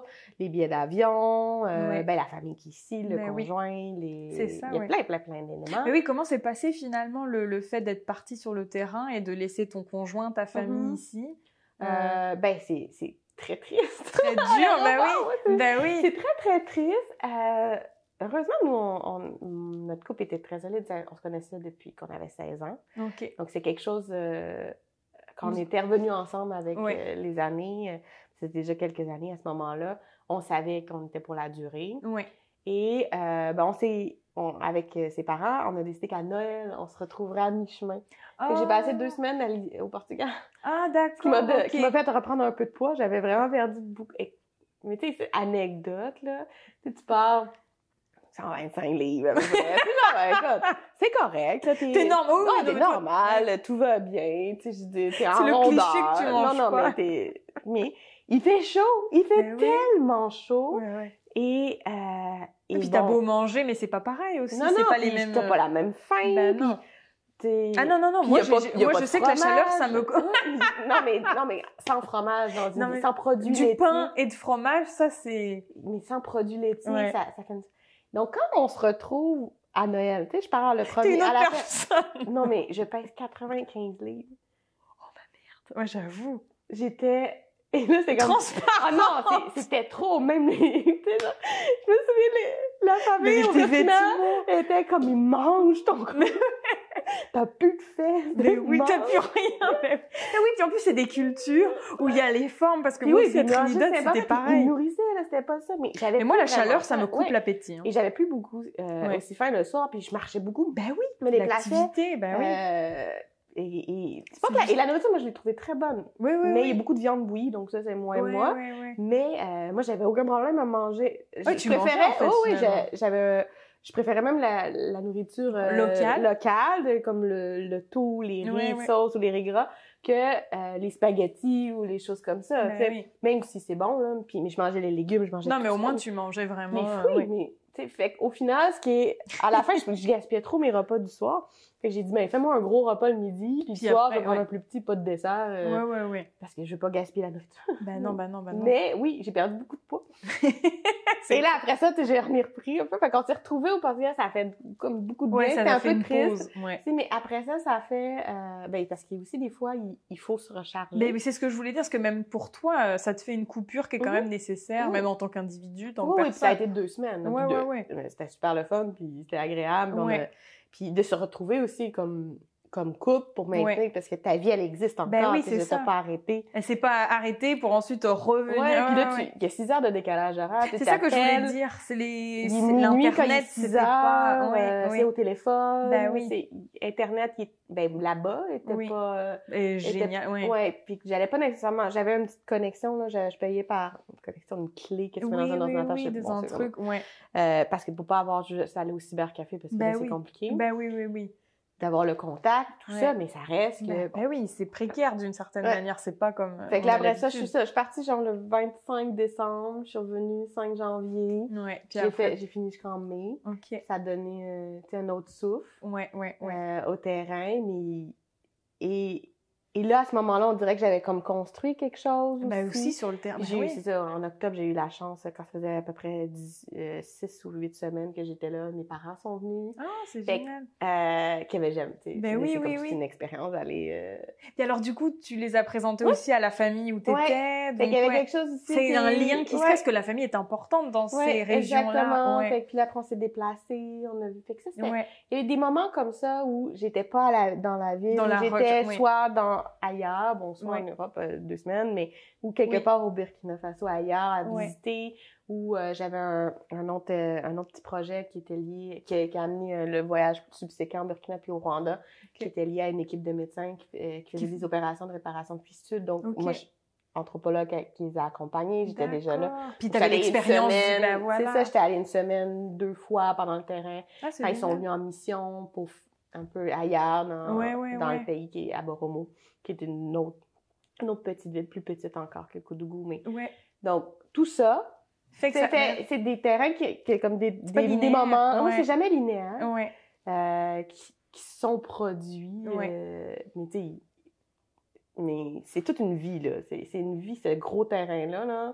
Ah oui, non, mais le doctorat, c'est un morceau, parce qu'il est énorme. C'est quand même le seul dans notre vie de chercheur qui est quand même très important. Il est sans attache. Exactement. Puis il est... il est énorme, parce que là, c'est pas comme quand après les gens sont profs, ils partent quelques mois par-ci, quelques mois par-là, ou alors s'ils ont une sabbatique, ils vont partir quelques mois, mais ils partiront jamais l'année complète. Les projets sont ici. Exactement. Et celui-là, c'est un projet... C'est vraiment là, initiatique.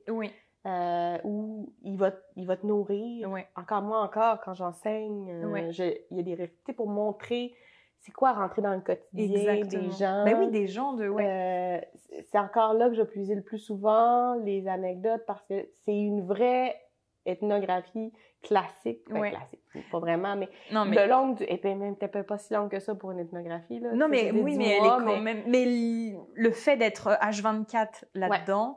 C'est ça. Ouais. Il reste des liens avec ces personnes-là. Exactement. Ils sont importants. Je trouve ça très dur de ne pas pouvoir retourner. Oui, c'est ça que j'allais demander. Comment ça se passe? Qu'est-ce que tu retiens? Mais aussi, quand tu as dû... quand tu reviens, toi, comment tu maintiens le lien, en fait? Là, après ça, les technologies, les réseaux sociaux ont permis ça. Ça reste que c'est pas la même chose. Au départ, le lien... Que vivre avec les gens et ne plus du tout... Puis là, je sais pas quand est-ce que je vais pouvoir jamais retourner. Tu construis ta famille ici aussi. Ça devient beaucoup plus dur en tout cas pour nous, c'est beaucoup plus difficile d'y aller. Puis là, avec les attentats qui se déroulent, c'est encore le contexte est aussi compliqué. C'est beaucoup plus compliqué. Bien que localement, là, quand tu es sur place, c'est différent, mais c'est que quand même pour les déplacements, c'est... Mais pour les déplacements, pour la capitale, pour la mise en danger potentielle. Donc, c'est un lien qui devient qui peut être plus ténu aussi. Mais ça reste, ce qu'ils m'ont apporté est incroyable. C'est au-delà de simplement... de la recherche. De la recherche. Ça nous en apprend sur nous en tant qu'individus. Beaucoup. Puis tu te rends compte que c'est pas tout le monde qui peut le faire, puis que c'est bien, c'est correct, il n'y a pas de problème. Oui, non, exactement. C'est de ne pas avoir honte qu'à un moment donné, si ça marche pas, ce terrain-là. C'est pas fait pour toi, c'est pas fait pour toi. Peut-être que c'est peut-être ce terrain-là qui marche pas, c'est peut-être tu peux le faire ailleurs, mais ça t'en prend beaucoup sur ta capacité à prendre des risques, sur ton adaptabilité, sur ce que tu es capable. Moi, j'ai réalisé que j'étais pas quelqu'un qui était dans la compassion. C'est-à-dire, je partage pas beaucoup la souffrance des autres, mais j'étais dans l'empathie. Que j'avais été capable de compartimenter, donc il m'a aidé beaucoup. Dans le terrain, justement, envahissant, ou est-ce que sur les conflits de famille, l'intimité. Parce que ça, c'est lourd, hein? Des histoires de violence, que tu peux pas imaginer, puis t'as les mains liées, là. Oui, c'est ça le truc, c'est parce que t'entends des choses et tu peux rien faire, en fait. Parce que c'est ce que je disais, quand t'étais observatrice, je me disais, est-ce qu'il y a des moments, est-ce que t'as été confrontée un peu à l'idée de l'anthropologie appliquée et d'aider les gens ou de faire des choses? Parce que je me suis dit, c'est toujours un contexte assez particulier quand on est localement impliqué. Oui, en fait... je pense que c'est pas de l'idée... moi, c'est jamais devenu dans l'appliquer autrement que quand j'étais accompagnant les équipes de mission chirurgicale. D'accord. Là, c'est plus l'appliquer. Mais les gens que tu côtoies, c'est-à-dire les femmes beaucoup, parce que, en tant que femme, tu as accès à un monde de femmes un petit peu plus rapidement que le monde des hommes, là. Mais tu as, par exemple, toute la contraception, d'accompagner des femmes chez le médecin. Parce que... Et là, tout d'un coup, de dire, OK, je vais l'utiliser ma position d'occidentale. Je l'ai dit, c'est une société hiérarchique. Nous, on n'est pas habitués à ça, mais de temps en temps, il faut quand même reconnaître qu'ils vont te mettre dans une position hiérarchique. Puis, si ça peut, tu peux t'en servir. C'est un privilège que tu peux te servir par moment pour faire avancer certaines choses. Oui. Et donc, par exemple, une personne qui devait aller rencontrer des médecins, puis moi, je posais les questions. Puis elle, tu sais, quand... Parce qu'elles n'osaient pas. N'osaient pas, puis à ce moment-là, j'avais... Puis là, je pouvais accompagner les gens. Mais des fois, tu te dis, OK, je paye... J'ai les sous, je suis pas riche, j'ai les sous. Est-ce que je paye un traitement? Est-ce que je paye pas un traitement? Oui, tu te poses ces questions. Qu'est-ce que tu fais devant certains services corporels que tu peux être témoin ou pas? Quand est-ce que tu restes en recul ou pas? Parce que ton implication peut mettre d'autres personnes en danger. Exact. Il y a des pauvretés chroniques, donc est-ce que tu donnes l'argent? Est-ce que tu n'en donnes pas? Est-ce que tu... qu'est-ce que tu fais? T'sais? Donc, aider... Mais à quel niveau? De quelle manière? Et quel impact? Ton implication, il y avait des... il y a des cas... Il y a un cas que j'ai jamais mis dans la thèse qui est de l'ordre que j'ai vu à l'Action sociale, qui est de l'ordre d'un mariage forcé.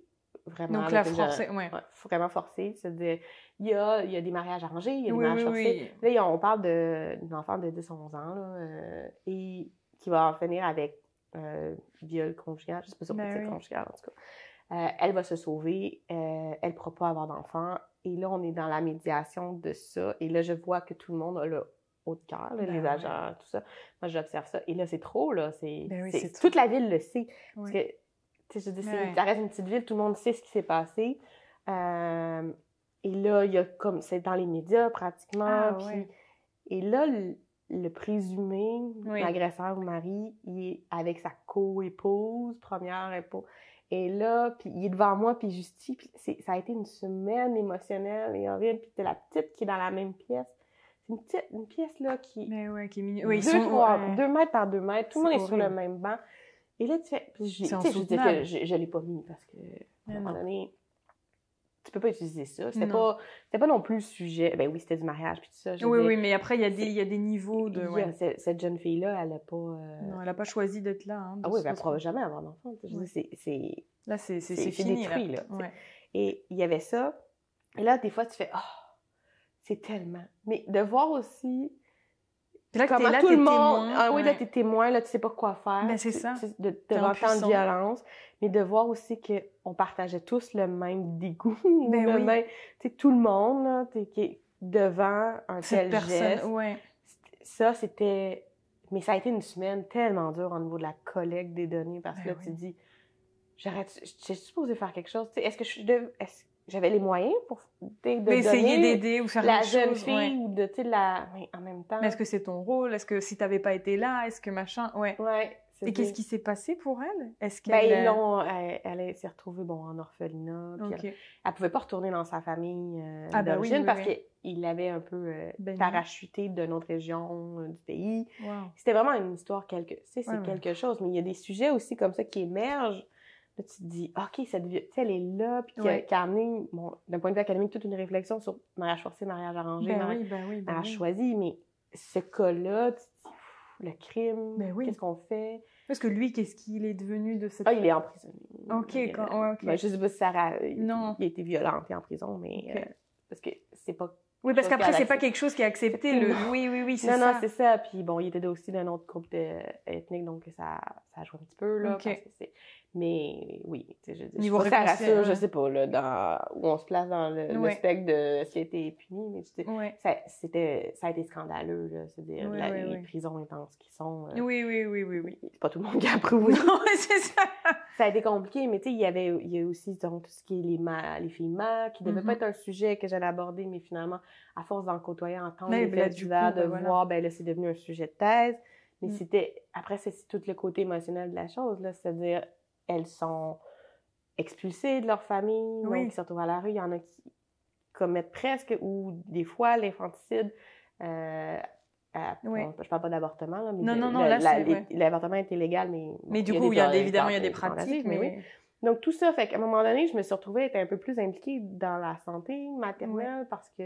Oui, malgré toi, en fait, le terrain... d'expliquer comment... répondre aux questions des gens, d'expliquer le cycle menstruel, ça fonctionne comment. Mais pas parce qu'ils savaient pas, mais tu sais, des fois... Non, mais parce que du coup, il y a peut-être une confiance qui fait que même te parler à entre toi... femmes, on se parle, puis tu sais, c'était là, fait il y avait ces implications-là qui arrivaient, c'est-à-dire à un moment donné aussi, s'il y a un vol qui se produit dans le quartier, c'est tout le monde qui est impliqué, qui doit se dire qu'est-ce qu'on fait, quelles sont les décisions, parce que tu vis au quotidien avec eux. À un moment donné, ça fait 3 jours qu'il n'y a plus d'électricité, donc l'eau, il n'y a pas d'eau parce qu'il n'y a pas d'électricité, parce que l'eau sort juste avec l'électricité. Et donc, à ce moment-là, elle revient vers 2h du matin, mais toi aussi, tu te lèves puis tu fais remplir les cruches. T'es pas juste l'occidental qui attend que ça se passe. Non. Peut-être qu'au début, c'est ça, mais parce que t'as pas les mêmes codes, mais après, tu le fais. Exactement. Fait que tu fais ces choses-là qui, dans le quotidien, fait qu'éventuellement, tu pars, mais tu sais, t'es lié. Oui. C'est vraiment ça, Fait que appliquer, je le sais pas.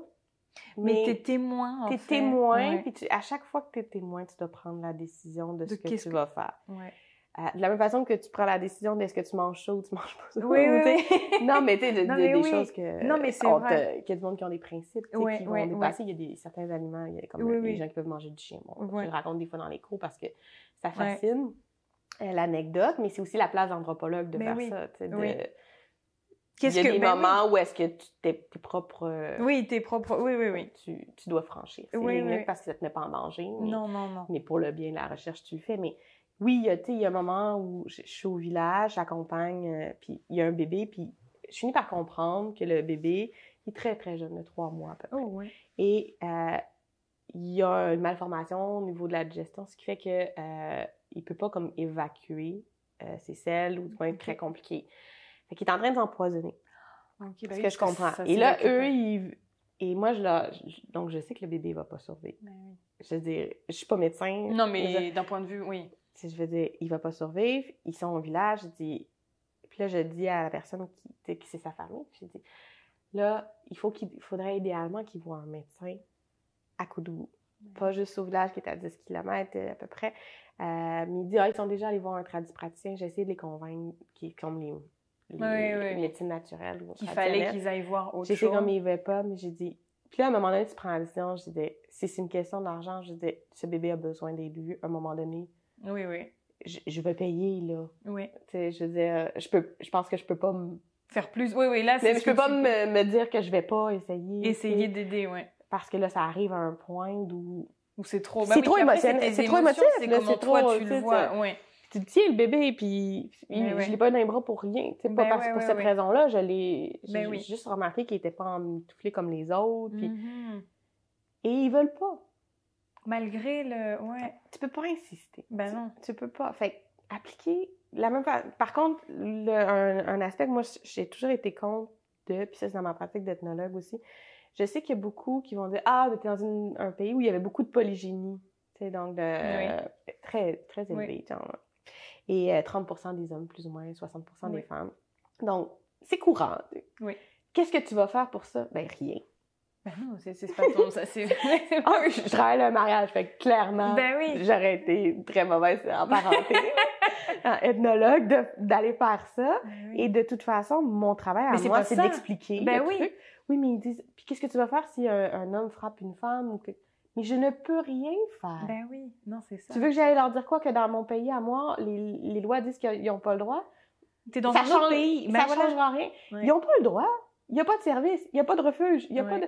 Qu'est-ce que je peux faire? Tu vas pas dire à la femme de quitter puis de se retrouver seule dans la rue ben voilà. Où elle perd accès à ses enfants. Ben oui. Parce que les enfants doivent demeurer avec le père. Oui. Que veux-tu que je fasse sauf être à l'écoute de la personne si elle veut m'en raconter ou à part écouter et ça arrive pas dans la rue, là. Non. Ça se produit pas dans la rue, tu sais, je veux dire, c'est pas... Ça se produit dans l'intimité, les familles vont être impliquées, les familles apprécient pas nécessairement ça non plus, il y a déjà tous des processus. C'est ça se règle aussi à l'interne, ces choses-là. Pas pour toujours le meilleur. Non, c'est ça. À ce moment-là, c'est le jeu des valeurs. Voilà. C'est ça le relativisme culturel, là. Mais c'est ça. C'est à un moment donné, c'est de dire, tu gardes ton esprit critique, mais c'est pas à moi de le faire. Ah, donc, il y a beaucoup de moments où est-ce que le monde me dit, mais qu'est-ce que tu allais faire contre la polygynie? Mais rien. Oui, parce que la polygynie étant... Ah, ça dérange, c'est très tabou. Oui. Étant le mariage d'un homme avec plusieurs femmes qui... Bon, ceux qui le pratiquent, c'est soit 2 épouses, soit 3. Max 4 en même temps. Oui.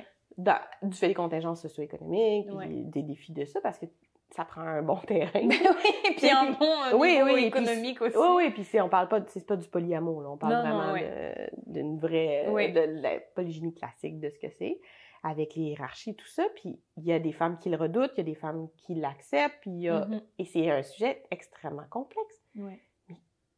Je suis pas là pour faire du développement. Moi, j'étais toujours très problématique. On n'est pas dans les associations. En fait, c'est ça la part aussi qu'on peut dire que les gens savent pas nécessairement ce que c'est de l'anthropologie. Mais on n'est pas des associations qui sont là pour agir. Dans ce contexte-là, je trouvais toujours très problématique de franchir cette ligne-là. Tandis que lorsque j'étais avec l'association Mère du Monde en santé, là, j'étais vraiment là en tant que soutien à la mission, un aspect recherche et tout ça. Et eux, ils venaient faire une mission. Et là, moi, j'avais pas trop de problème à aller faire des entrevues avec les femmes, puis d'être dans ce côté-là de recherche-action beaucoup plus et appliqué. Oui, c'est ça. Mais là, c'est dans un contexte précis de ça. Oui, ça revient à ce qu'on disait un peu dans certains épisodes du podcast où finalement, quel est l'engagement du chercheur et savoir est-ce qu'il y a ce côté activiste ou pas. Voilà. Et chaque projet le porte. Mais ça dépend du projet, exactement. Où va se développer. Ou de la politique. Il faut que ça soit... Moi, je pense qu'il faut que ça soit bien encadré, que ça soit inscrit. Oui, bien balisé, Ouais, pour s'assurer que... je sais pas que... On ne franchisse pas les lignes tout le temps parce qu'à un moment donné... comment tu aides pas, où c'est pas juste une question de subjectivité. Puis on n'est pas des missionnaires non plus. Non. Enfin, je veux dire, c'est ça. Exactement. Puis moi, mon danger. Pour moi, c'était pas vraiment une question de garder une distance là, avec les personnes. Là. Je pense que en vivant avec eux, j'avais comme. Oui, t'étais déjà. Oui. Mais c'était une question de comment je pourrais dire c'est aussi d'observer leurs coutumes et leurs traditions, enfin d'une certaine manière, de voir comment ils sont. C'est comment je me souviens plus ce que j'essayais de dire, mais c'est une question de pas mélanger mes rôles. Puis ton rôle de chercheur et ton rôle de personne en tant de personne où tu sais il y a des moments où je savais que je le sortais de la recherche, tu sais et là tu sens les niveaux, que je pouvais puis que c'était pas je voulais pas non plus devenir paternalisante ou maternalisante, je sais pas comment. Parce qu'il y a ce défi-là de dire, nous, on sait, vous savez pas. Oui, puis refaire un peu un lien colonial, un peu de certaines... Ben oui, c'est ça. Je veux pas, j'ai étudié un peu l'impact des droits humains d'un niveau local qui est l'imposition d'une façon de penser, juridique, qui est dur d'être contre la vertu, là, de tout le monde, l'égalité, l'émancipation, puis la liberté, mais, je veux dire, nos ancêtres, les Gaulois, là, c'était pas si loin dans leur éducation, là, aussi, je veux dire, ça fait pas longtemps, on est dans... Et là, il y a par moment... Quand tu es dans un type d'ethnographie comme ça, l'appliquer, moi, j'avais peur constamment de passer la ligne de j'impose mes valeurs. Oui. On peut pas faire ça. On peut pas faire ça. Entre imposition et application. Ouais. Selon qui? Ça, oui, puis pourquoi aussi? Mais pourquoi? Tu prendrais voilà, exactement. Il fallait le justifier. Exactement. Puis l'expliquer. Qu'est-ce qui rendrait légitime que tu fasses ces choix-là, finalement? Oui, pour eux. Oui. Pour eux, mais ça viendrait de toi. Oui, c'est ça. Oui, non, mais c'est vrai. C'est ça. Alors, c'était vraiment quelque chose qui me mettait... Délicat. Ah oui, c'était toujours sur la corde quand tu étais sur ce terrain. Alors que c'est très différent dans les terrains quand tu les fais ici, là. Oui. Qui est autre chose. Ben oui, tu vas pouvoir nous en parler de ces terrains-là. Alors du coup, est-ce que maintenant tu peux nous parler de ton expérience de postdoctorat et puis un peu faire le parallèle puisque tu l'as fait ici, enfin tes 2 postdocs, puis nous parler même avec la pandémie, comment sont passées tes recherches ici en Occident par rapport à l'Afrique subsaharienne? Oui, parce que en fait, après mon doctorat, j'avais encore envie de faire la recherche, tout ça, et mais c'était plus possible où j'étais rendue dans ma vie non plus de repartir aussi longtemps, aussi loin. Et je commençais aussi à avoir un intérêt de plus en plus grandissant à ce qui se passait au Québec. Donc, mon premier postdoctorat, ça a été une recherche ethno-juridique, encore, qui se passe au Québec, qui était sur un peu les transformations des familles d'origine immigrante, qui venaient d'Afrique en général, pas juste d'Afrique subsaharienne à un moment donné. Oui. Ça serait trop... ça serait très précis, puis ça dépend aussi toujours du bassin de population. Et leur parcours de rupture conjugale, donc l'accès à la justice avec le droit étatique ici. Donc, il y avait un aspect vraiment sur la transformation de la famille qui était dans tous les entretiens.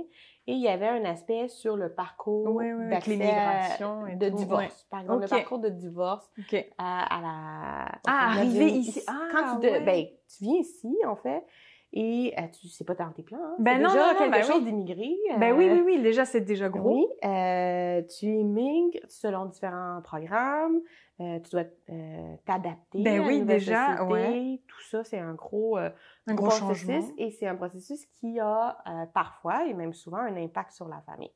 Parce que là, tu passes d'une famille très, très élargie à une famille nucléaire. Ben oui. Vraiment. Donc, tout le réseau de sécurité et de... Tout est transformé. Nous autres, c'est l'État ou les institutions de la société civile qui vont venir un peu pallier à ça, mais il y a un grand isolement. Et dans certains cas, ça peut renforcer les conflits. Parce que tout le monde s'adapte, tout le monde, j'aime pas nécessairement juste dire intégrer, mais ce processus-là se fait pas tout le monde au même rythme. La famille, les enfants ont la présence ou pas, les conjoints sont... Sauf qu'en même temps, ils sont tous parachutés ici. Dans des petits espaces, une surcharge de travail, les tâches domestiques, tout ça se transforme. Donc, beaucoup de bouleversements. Parce que les deux doivent travailler aussi. Oui. Puis finalement, il n'y a plus le réseau sur lequel on pouvait s'appuyer. Exact. Et il faut connaître les services. On n'a pas toujours accès à tout, dépendant le statut migratoire qu'on a. Et parce que des fois, tu peux être en mode plus temporaire, si tu es demandeur d'asile, ou tu peux être en résidence permanente. Donc, c'est pas du tout la même chose selon le parcours migratoire que tu vis. Et il y a un risque de rupture qui est beaucoup plus élevé. Qui se produit. Donc, moi, il y avait cet aspect-là plus juridique aussi de c'est quoi leur perception du droit de l'État. Donc, on voit qu'il y a un lien avec ma thèse. Ouais. Mais du coup, c'est génial de le faire ici. Ben oui. Mais pour le terrain, on n'est pas dans l'ethnographie. Oui, OK. Parce que, du moins, de mon point de vue... De ton point de vue, c'est pas de c'est pas de l'ethnographie parce que c'est pas immersif. D'accord. T'es pas... Non, même si t'as une méthode ethnographique, c'est pas de l'ethnographie. Non, c'est une méthode anthropologique ou ethnologique, si tu veux. Tu fais de l'observation participante, définitivement, mais c'est très circonscrit dans le temps. Oui, c'est sûr. Parce que le soir, tu retournes, chez toi, t'as ton quotidien. T'as ton quotidien, t'as ton conjoint, t'as tes enfants. Oui, c'est pas là, oui. Tu as fait toute ta charge mentale, elle est là. Oui, t'as tout finalement. Ce que toi, tu as laissé quand tu pars à l'étranger. Là, il est là. Et plus ta recherche finalement. Exact. Donc là, tu fais de l'observation un peu participante dans ce cas-là, peut-être dans les organismes communautaires, puis tu fais les entrevues avec les femmes chez elles, dans leur environnement. Donc, on fait des échanges, des choses comme ça. C'est une situation vraiment différente de terrain. Ça reste que c'est un terrain anthropologique. Tu appliques des méthodes anthropologiques. Dans ce cas-là, moi, je trouve que c'est encore plus important de savoir un peu le type d'analyse, vu que c'est un terrain de plus courte durée. D'accord. Ta collecte de données, du moins, dure moins longtemps. Oui.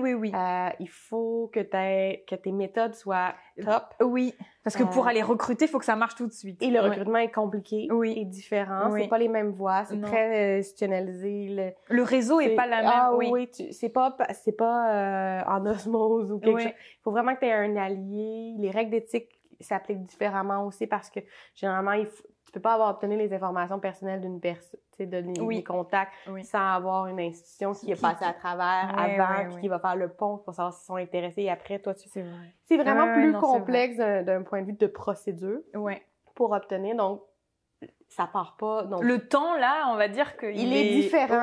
C'est un temps de l'ordre bureaucratique, beaucoup. C'est ça. Et bon, il y a des compensations qui doivent être associées. Il y a beaucoup plus les règles sont différentes. T'es pas dans la fluidité de la création du lien ou de la relation. T'es vraiment...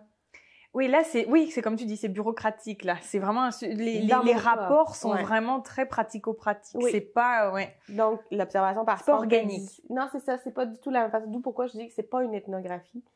Au sens que l'ethnographie, c'est un moment, c'est une grande méthode qui inclut plein de petites méthodes. Tandis que là, c'est plusieurs méthodes, des fois de collecte de données, mais vu que t'es pas dans le longue durée, l'immersif, tout ça, l'observation participante en soi est là. Oui, mais c'est pas la même. Mais c'est pas la même chose.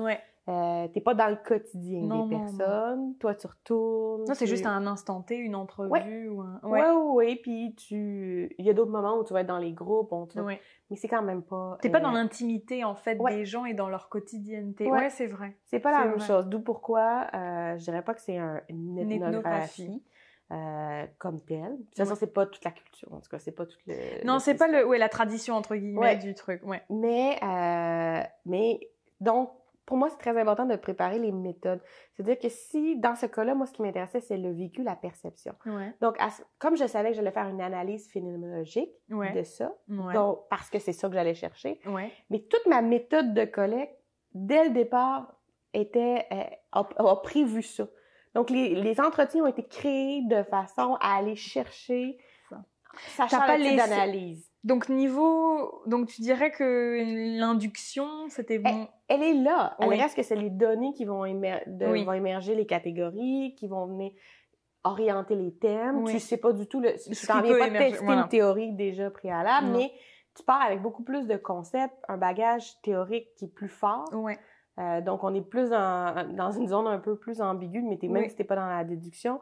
Et je pense que vu le court terrain, les modalités ou les structures, t'as vraiment besoin de connaître ou avoir une bonne idée où tu t'en vas dans ton analyse pour pouvoir t'assurer que tes méthodes de collecte vont fonctionner. Donc, il y a plus de contrôle finalement sur les méthodes de collecte. Oui, parce que elles sont limitées dans le temps et il y a une contrainte. Et t'es justement pas dans ce côté-là organique de la chose. Où tu laisses les choses se faire et que tu peux récolter de n'importe quelle manière. Et tout ça. Donc, je pense qu'il y a ça dans ce terrain-là. Ça vient avec la rapidité des... Puis plus formel qu'informel, finalement. Et beaucoup aussi. plus formel, la situation. Par contre, tu es souvent plus redevable aux gens ou aux organismes qui t'ont aidé. Moi, après ça, ça a été plus compliqué parce que la pandémie. Fait que c'est arrivé comme un petit peu dans le moment du retour des données. Tout ça, fait que, bon, ça a compliqué un peu ça a compliqué la vie de tout le monde. Oui, ça, c'est sûr. Non, mais ça fait partie. Il n'y a pas que la recherche. Non, c'est ça. À la limite. Moi, je m'en suis bien sortie. C'est juste. C'est ça. Ah oui, non, ça aurait pu être pire. Privilégiée là-dedans. Ouais. L'autre terrain, justement, a été beaucoup plus affecté, le postdoc. Ouais. On n'a pas pu aller sur le terrain pendant la pandémie. D'accord. Et celui-ci se passait à McGill. C'est celui qui est plus psychosocial, donc qui est lié à un programme, une grande équipe de recherche. Donc là, je suis pas tout seul. Ouais, on est dans un autre truc différent. Donc, doc, à maîtrise, c'est une recherche... donc toi, t'es l'anthropologue dans une équipe de psychosocial, travailleurs sociaux, psychiatres, psychologues, des gens de tous les horizons qui sont dans cette équipe-là. Moi, mon rôle dans ce postdoc-là, c'est vraiment un autre univers parce que là, c'est le monde de la santé qui est pas du tout le même quand on parle d'ethnographie, quand on parle de méthode. Puis c'est pas de la santé vraiment purement anthropologique non plus. Non. C'est vraiment plus avec les autres personnes du milieu de santé. Et moi, là, dans ce contexte-là, du moins dans l'équipe de recherche où j'étais, qui sont géniales, c'est vraiment des gens extraordinaires, mais j'ai senti que j'avais un rôle de qualitatif. De méthode qualitative, il y avait parce que sont plus quantitatifs. Il y en a beaucoup qui font du quali aussi, mais on dirait qu'à chaque fois qu'ils veulent cette référence-là, l'observation participante, l'anthropologue, est connu pour ça. Oui, c'est sa référence. C'est sa référence. Et là, quand il y a les termes, culture apparaît, c'est pas toujours la même façon que l'on l'utilise. Il y a beaucoup de traductions conceptuelles ou de dialogues conceptuels qui doivent se produire. Donc, ça, c'est intéressant dans le côté interdisciplinaire, mais en même temps, c'est le défi du quotidien. Et dans ce projet-là, je coordonnais la recherche en plus avec la chercheure principale. Donc, nous, on était au début là, du projet quand la pandémie a frappé. Et on était dans le processus d'éthique et tout ça. Donc, ça a été tellement compliqué. Donc, ça n'a jamais pu aboutir, finalement. Là, il aboutit là, au moment où moi, j'ai commencé à travailler sur l'autre... jusqu'en juillet, j'ai travaillé à cette position-là de cordeau, en plus d'être professeur. Et après ça, après, du coup... le temps plein aussi de la chose, de la sécurité, de la chance d'enseigner et de se présenter, mais qui me permet de rester quand même chercheur, mais je pouvais plus assumer la coordination de recherche là, au complet. C'est beaucoup de travail, une coordination de recherche. Donc, je suis remplacée par une équipe de personnes, mais cette terrain-là, éventuellement, je vais y aller, j'espère, dessus. Oui, pouvoir participer. Il va y avoir de l'observation participante, mais il utilise des méthodes incroyables qui, comme une combinaison à la fois des sciences sociales, des sciences de la santé, ils vont utiliser les dessins, l'art-thérapie pour aller chercher au niveau des enfants. Il y a des entretiens, il y a des focus groups, il y a vraiment plein de méthodes qui sont pour aller plus d'observation participante dans une institution parce que l'objectif de ce projet-là, c'est pour les familles de demandeurs d'asile, c'est de créer un programme psychosocial de style de drop-in qui vont ils peuvent venir pendant 3 heures par jour, une sorte de répit où il y a des activités autant pratiques pour les pour aider dans le processus de tout ce qui est c'est ça, puis de trouver de l'aide et du soutien et puis de se reposer entre guillemets avec d'autres personnes, faire des ateliers de cuisine, manger ensemble. C'est vrai. Les enfants font de l'art, puis se socialisent. Puis parce que c'est des trajectoires avec. Avec pas que du trauma. Il y a beaucoup de force. Mais... Bon, en même temps, quand on en vient à être demandeur d'asile, c'est qu'il y a quand même un historique derrière qui est assez soutenu. Et quand tu arrives au Canada, c'est parce que ça n'a pas été facile. Le Canada, c'est très insulaire dans le processus migratoire. C'est super ça fait longtemps que les gens sont partis quand ils arrivent pas par avion. Non, puis ils n'arrivent pas comme ça au bout de 2 jours. Bateau, c'est ça. Il y a tout ce parcours-là. Et donc, là, encore une fois, autre dimension. Complètement, parce que là, c'est un terrain qui va se construire à la fois, très procédurier au niveau... là, c'est la santé. C'est les c'est ça. Oui. Donc là, les certificats, les acceptations... C'est plus la société civile, là, ou les académiques. C'est un autre monde de bureaucratie, qui est les CIUS, qu'on a tous pu avoir une découverte de qui étaient les CIUS, mais c'est gros. C'est des grosses machines. Ils sont habitués à faire beaucoup de recherches. Oui, ils font de la recherche psychosociale, mais ils font beaucoup de recherches de type médical, qui vient avec un langage éthique aussi, qui teinte un peu l'autre procédure, qui rend ça très compliqué. Avec la pandémie, ils disaient comment vous pourriez pas mettre vos activités, donc il y avait tout un protocole. À tout repenser, finalement. C'était un parcours du combattant. Et là, finalement, c'est comment ça redevenir faisable. Ça redevient faisable parce que, la pandémie les gens sont vaccinés. Mais oui, non, mais voilà, il y a toute une dimension. Je ne vais pas dire qu'elle s'essouffle, elle change. Non, c'est ça, elle change. Et donc, on peut recommencer, malgré les règles, à faire des activités en présence pour sortir l'isolement. Exact. Et là, c'est un contexte là où l'appliquer est vraiment fort. Parce que c'est des recherches-actions. Ah oui, parce que là, ça va directement puis à la l'objectif, c'est d'améliorer un programme, mais aussi d'améliorer un accès au service et peut-être aux soins. Pour ces personnes-là. Ils disent le care, mais oui. l'anthropologue, lui, moi, un rôle comme un anthropologue peut occuper là-dedans, c'est d'avoir un peu cette idée-là de parcours, de côté très holistique de la personne, qui n'est pas juste juste sur un point. Et d'observation de méthode, d'observation participante de comment on observe. Mais là, encore une fois, c'est pas de l'ethnographie, je pense. Non, puis là, en plus, dans le contexte interdisciplaire et médical, c'est encore autre chose, finalement. Oui. Donc, ça, je suis très curieuse de voir évoluer les choses là-dedans. De voir comment cette tournure-là, ce terrain-là va prendre. Tandis que les deux autres, je pense que sont des représentants de ce qu'on fait seul. Un peu. C'est vrai. Dans les contextes de recherche. Dans le côté un petit peu plus classique, dans le contexte ici. Aussi. Bon, éventuellement, il y a toujours d'autres projets qu'on espère, monter, de pouvoir le faire, mais, je pense que dans tous les cas, c'est beaucoup d'adaptation, beaucoup d'adaptabilité. C'est ton contexte qui décide comment tu montes ton terrain. C'est ça que j'allais te dire, parce que finalement, avec tes intérêts de maîtrise et maintenant plus sur la santé, j'imagine que tu te doutais pas En fait, c'est pas tant la santé, c'est encore les conflits. Oui, c'est encore les conflits, la famille. Mais tu l'as dans un contexte... c'est les zones, le contexte change. On va dire, même si ton topic principal, ta thématique est là... Ça reste toujours un peu cette idée-là, la famille. Parce que c'est des familles. Et c'est aussi ce côté-là de gestion du...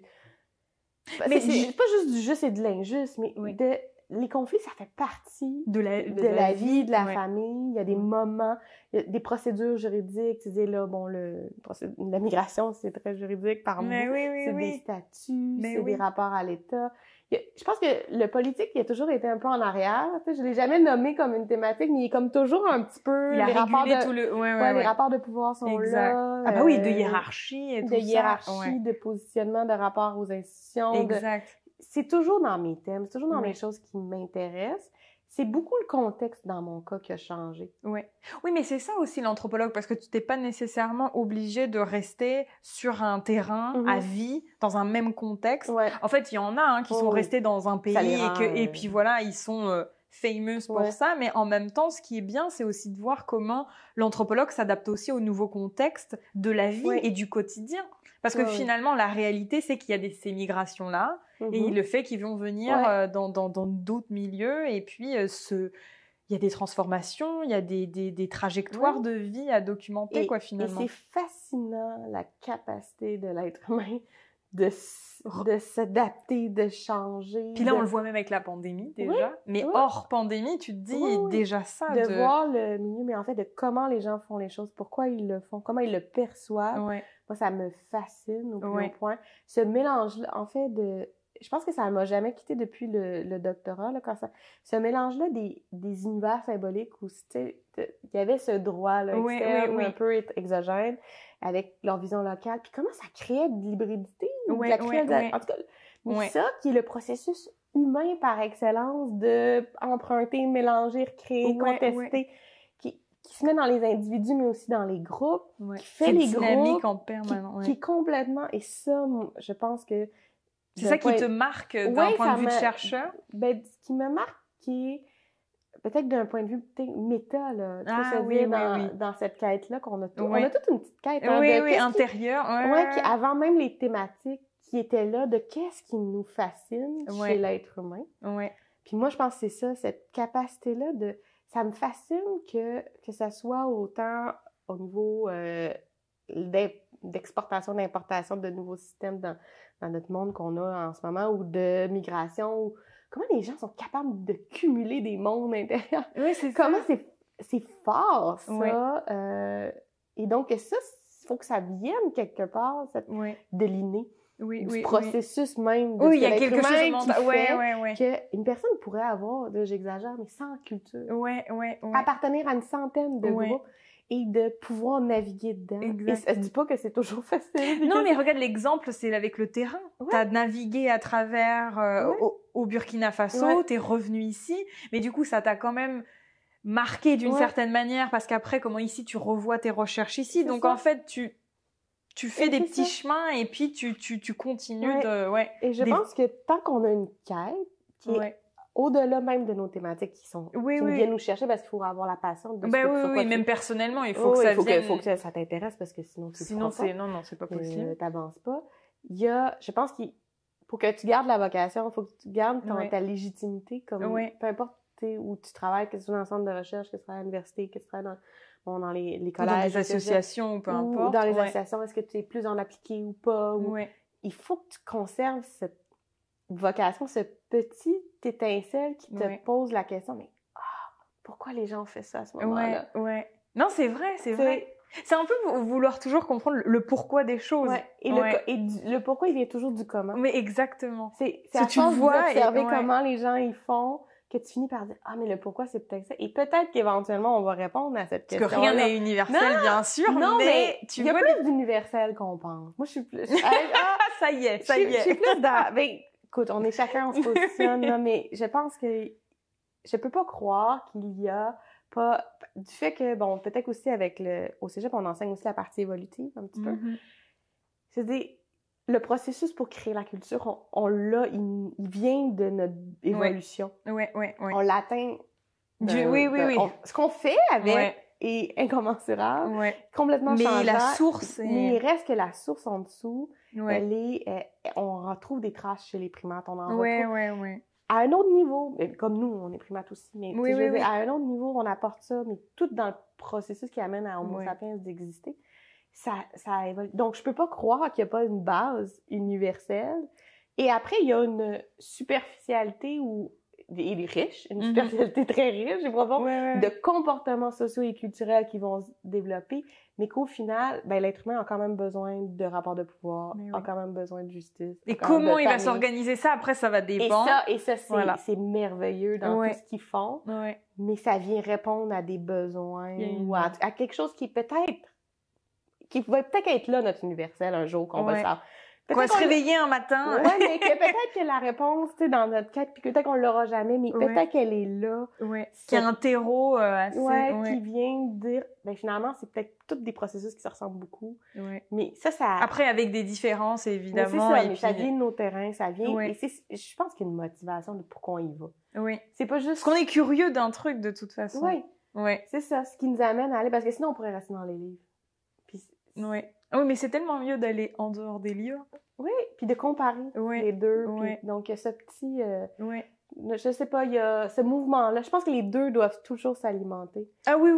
Un ethnologue ou n'importe quel anthropologue qui soit dans une des quatre sous grand champ, là, mais il y a besoin pour garder justement sa réflexion, sa légitimité, son regard sur... Il y a besoin de ce retour-là vers les données, vers le terrain, vers les personnes, vers la relation. Il peut pas être que dans la...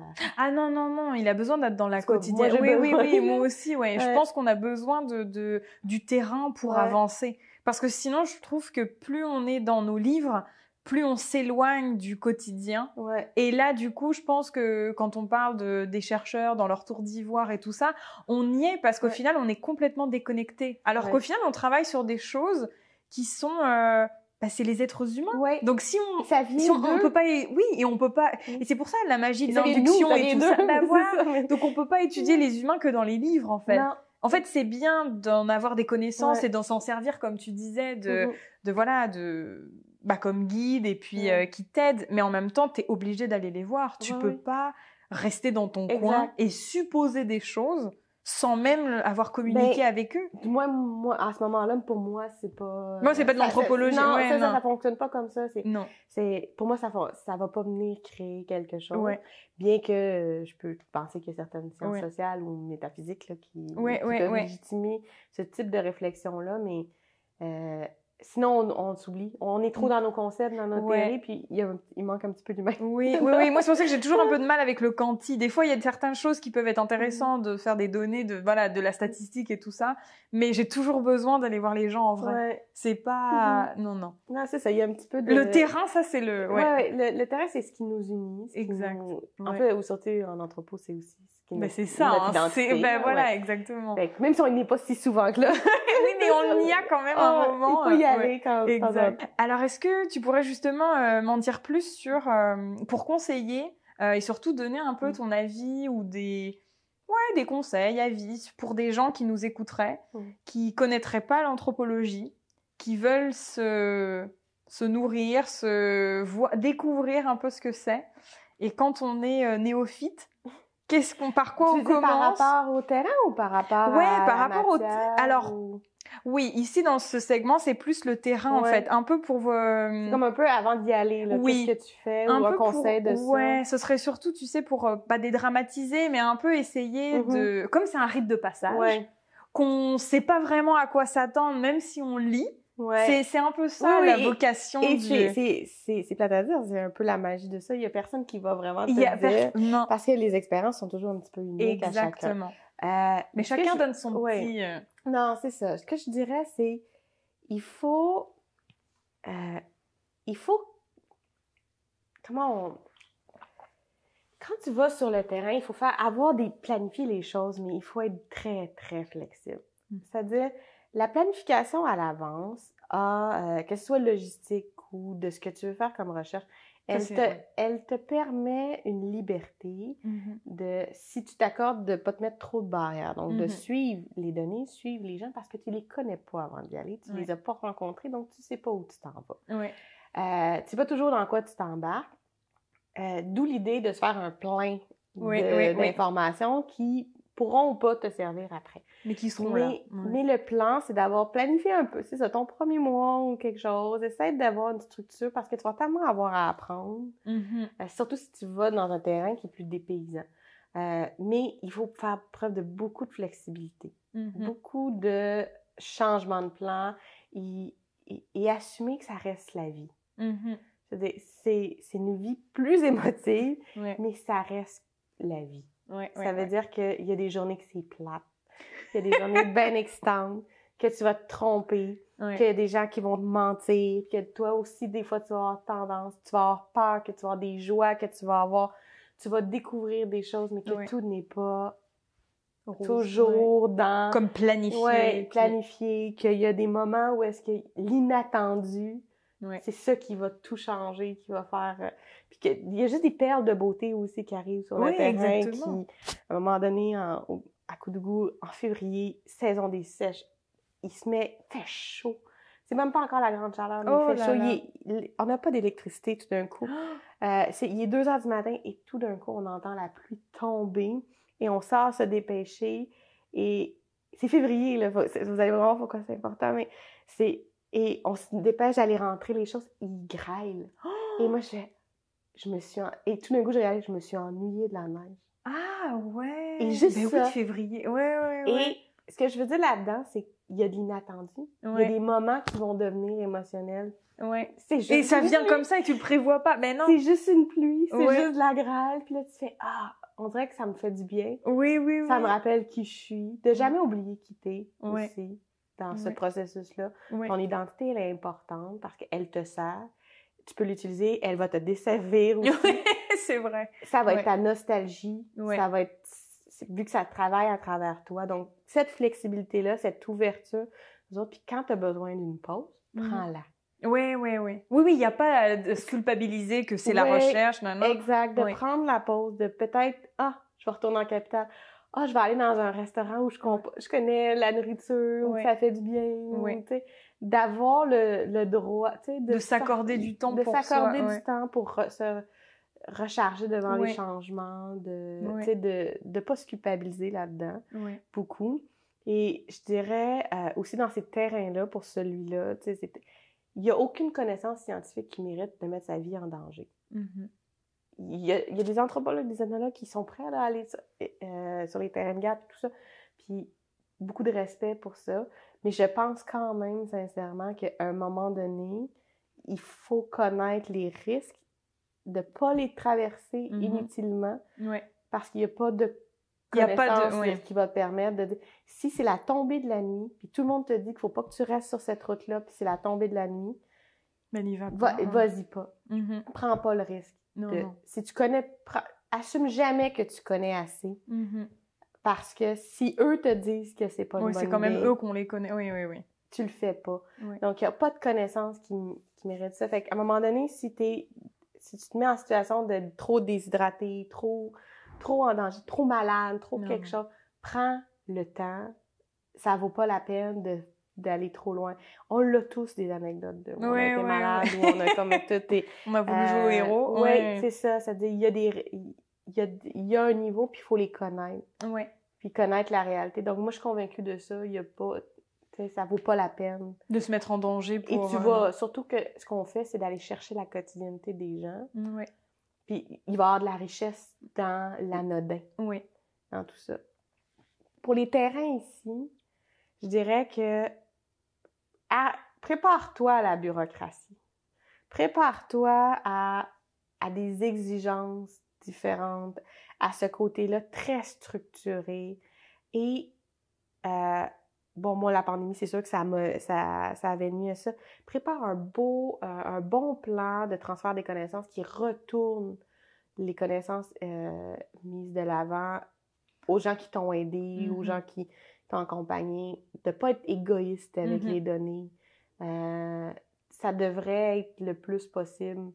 Quelque chose qui est évident. Oui, mais c'est pas encore évident. Ouais. C'est encore difficile à faire aussi parce qu'on l'a pas toujours appris. Puis là, il y a des contingences, il y a des choses qui font que des fois, c'est plus possible. Oui, puis il y a trop de temps, puis il y a trop de choses, mais il va falloir qu'on apprenne à le faire plus.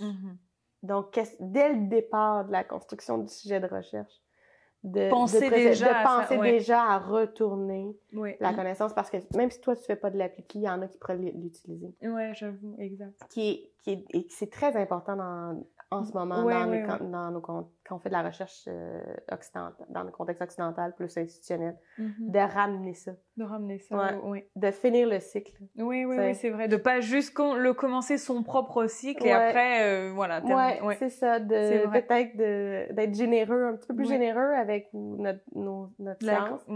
Puis de le rapporter, donc de retourner, dans les institutions académiques puis de transmettre, là.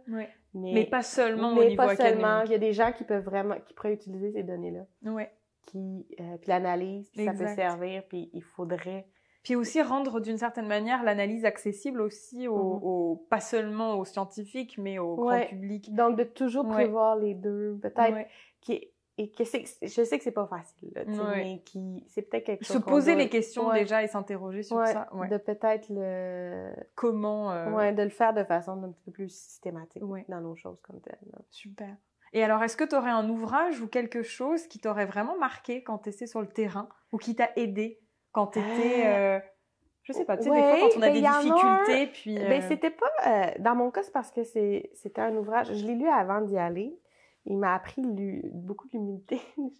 Ça s'appelait Conducting Law and Society Research Methods and Practices. Okay. C'était par Simon Halliday, ou en tout cas, ça se trouve. C'est des entretiens avec des anthropologues du droit sur leurs textes ou leurs recherches marquantes. C'est vraiment un entrevue. C'est génial, en livre. Comme une OK. Oui, et qui parle de comment l'idée de leur recherche est arrivée, comment ils sont arrivés c'est trop bien. Dans leurs propres mots, et tellement... Parce que, tu sais, on admire les penseurs qu'on lit. Oui, mais on sait pas le... Puis on a l'impression qu'ils sont oui.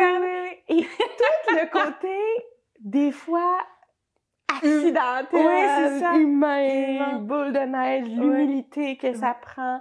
Comment l'idée vient d'une conversation avec mon grand-père. L'idée vient, tu sais, je veux dire, le conscience juridique est un concept super important en anthropologie du droit. Ça vient de la théorie des jeux, puis là, c'est la discussion, puis comment ils ont monté ça, puis c'était quoi les défis. Et tout d'un coup, tu te dis, tout le monde passe par là. C'est ça, même si eux, ils sont grands et renommés, il y a eu ces petits trucs avant. Et il y a ça aussi, que quand tu te rends compte que des erreurs puis des anecdotes, sont commis des par tout le monde du terrain peuvent émerger, cette connaissance-là, qu'on liste tout à la fin. On les ouvre. Non, mais on les met dans le discours, ou dans le raconte, ou quand on magnifie le terrain, ou quand on en met... Mais on le met pas dans le texte sur la connaissance. Exactement. De ça, comment l'idée émerge. Oui, non, ça, on l'oublie tout le temps. Et c'est ce que je trouve le plus important. Et les idées, les premières analyses arrivent toujours du terrain. Il y a quelque chose qui pointe. Oui, qui à un moment donné, c'est une lumière. Et ça, j'avais trouvé ça fascinant de... c'est génial, ça. Comme livre. Mais sinon, tu sais, pour les autres, lisez des livres qui vous mettent en confiance. Allez lire. Si vous voulez faire de l'anthropologie décolonisée, allez lire sur des gens qui racontent comment ils l'ont fait. Pas juste la méthode, mais le récit de ça. T'sais, vous voulez aller faire plus appliqué, allez faire la même chose. Allez lire sur, la méthode, mais aussi comment d'autres l'ont fait. Pour voir si ça peut pas vous inspirer, puis surtout vous donner confiance que hey, c'est pas la fin du monde si t'as commis une erreur, là. Non, c'est vrai. Ça se peut, là, que t'aies comme scrappé un rituel. ça arrive, ça fait, puis après ça, c'est comment tu te rattrapes, puis ça te donne l'idée de quoi, puis des fois, d'avoir fait le mauvais geste fait que, ou la petite erreur ils vont te le pardonner, puis éventuellement, ben... Tu sais, les gens, ils aiment se raconter, ils vont t'expliquer. Mais oui. Puis de ça, tu peux peut-être aller chercher d'autres choses, puis tu vas réaliser, finalement, je l'aurais jamais vu, ça. Mais ça arrive plus tard. C'est après, mais d'avoir ce discours... Moi, c'est ça que j'avais beaucoup aimé dans ces entrevues-là. Ah, c'est vrai que c'est génial. Super. Sur la façon des grandes théories étaient arrivées. Génial. Dans ton domaine. Ben oui, parce que finalement, c'est ça, ça arrive pas comme ça d'un coup. Non. Il y a toujours une trajectoire, même pour la pensée et les concepts. Et quand on met dans un texte ou un article, ben ce qu'on met... C'est juste ce qu'on a trouvé. Où on met le cas emblématique ou exemplaire qui permet d'illustrer le propos scientifique qu'on met, mais... de savoir que l'idée a peut-être émergé sur un coin de cuisine. C'est ça. Parce que même la métho, c'est juste la métho pratico-pratique pour illustrer la théorie. Mais c'est pas, et comment on l'a pris, mais c'est pas comme, là, par exemple, on parle de l'envers du terrain. C'est un peu l'équivalent de ça, mais en interview. En livre, entrevue, par vignette, un peu de... c'est trop Et tu retrouvais l'article où tu disais, je l'ai lu, ce texte. Du coup, t'avais ça c'est génial, le behind the scene. C'était un peu ça. C'était les coulisses de la création c'est génial. Ça, c'est le genre de livre que je recommanderais, mais choisissez, il y en a sûrement dans tous les domaines. Non. Puis je trouvais ce livre-là qui rend la recherche, qui ramène la recherche vers l'humain et non juste vers la science. Ça humanise la recherche et les chercheurs, finalement. Exact. Oui, exactement. C'est comme des conversations de département, c'est clair. Eh ben, écoute, merci beaucoup. Ça me fait plaisir. Merci d'avoir discuté avec moi et d'avoir partagé ton expérience. C'était chouette. Merci. Super, merci beaucoup. Salut. Merci d'avoir regardé cette vidéo. Abonnez-vous pour ne pas manquer les prochains épisodes et n'hésitez pas à partager si vous avez aimé ce sujet.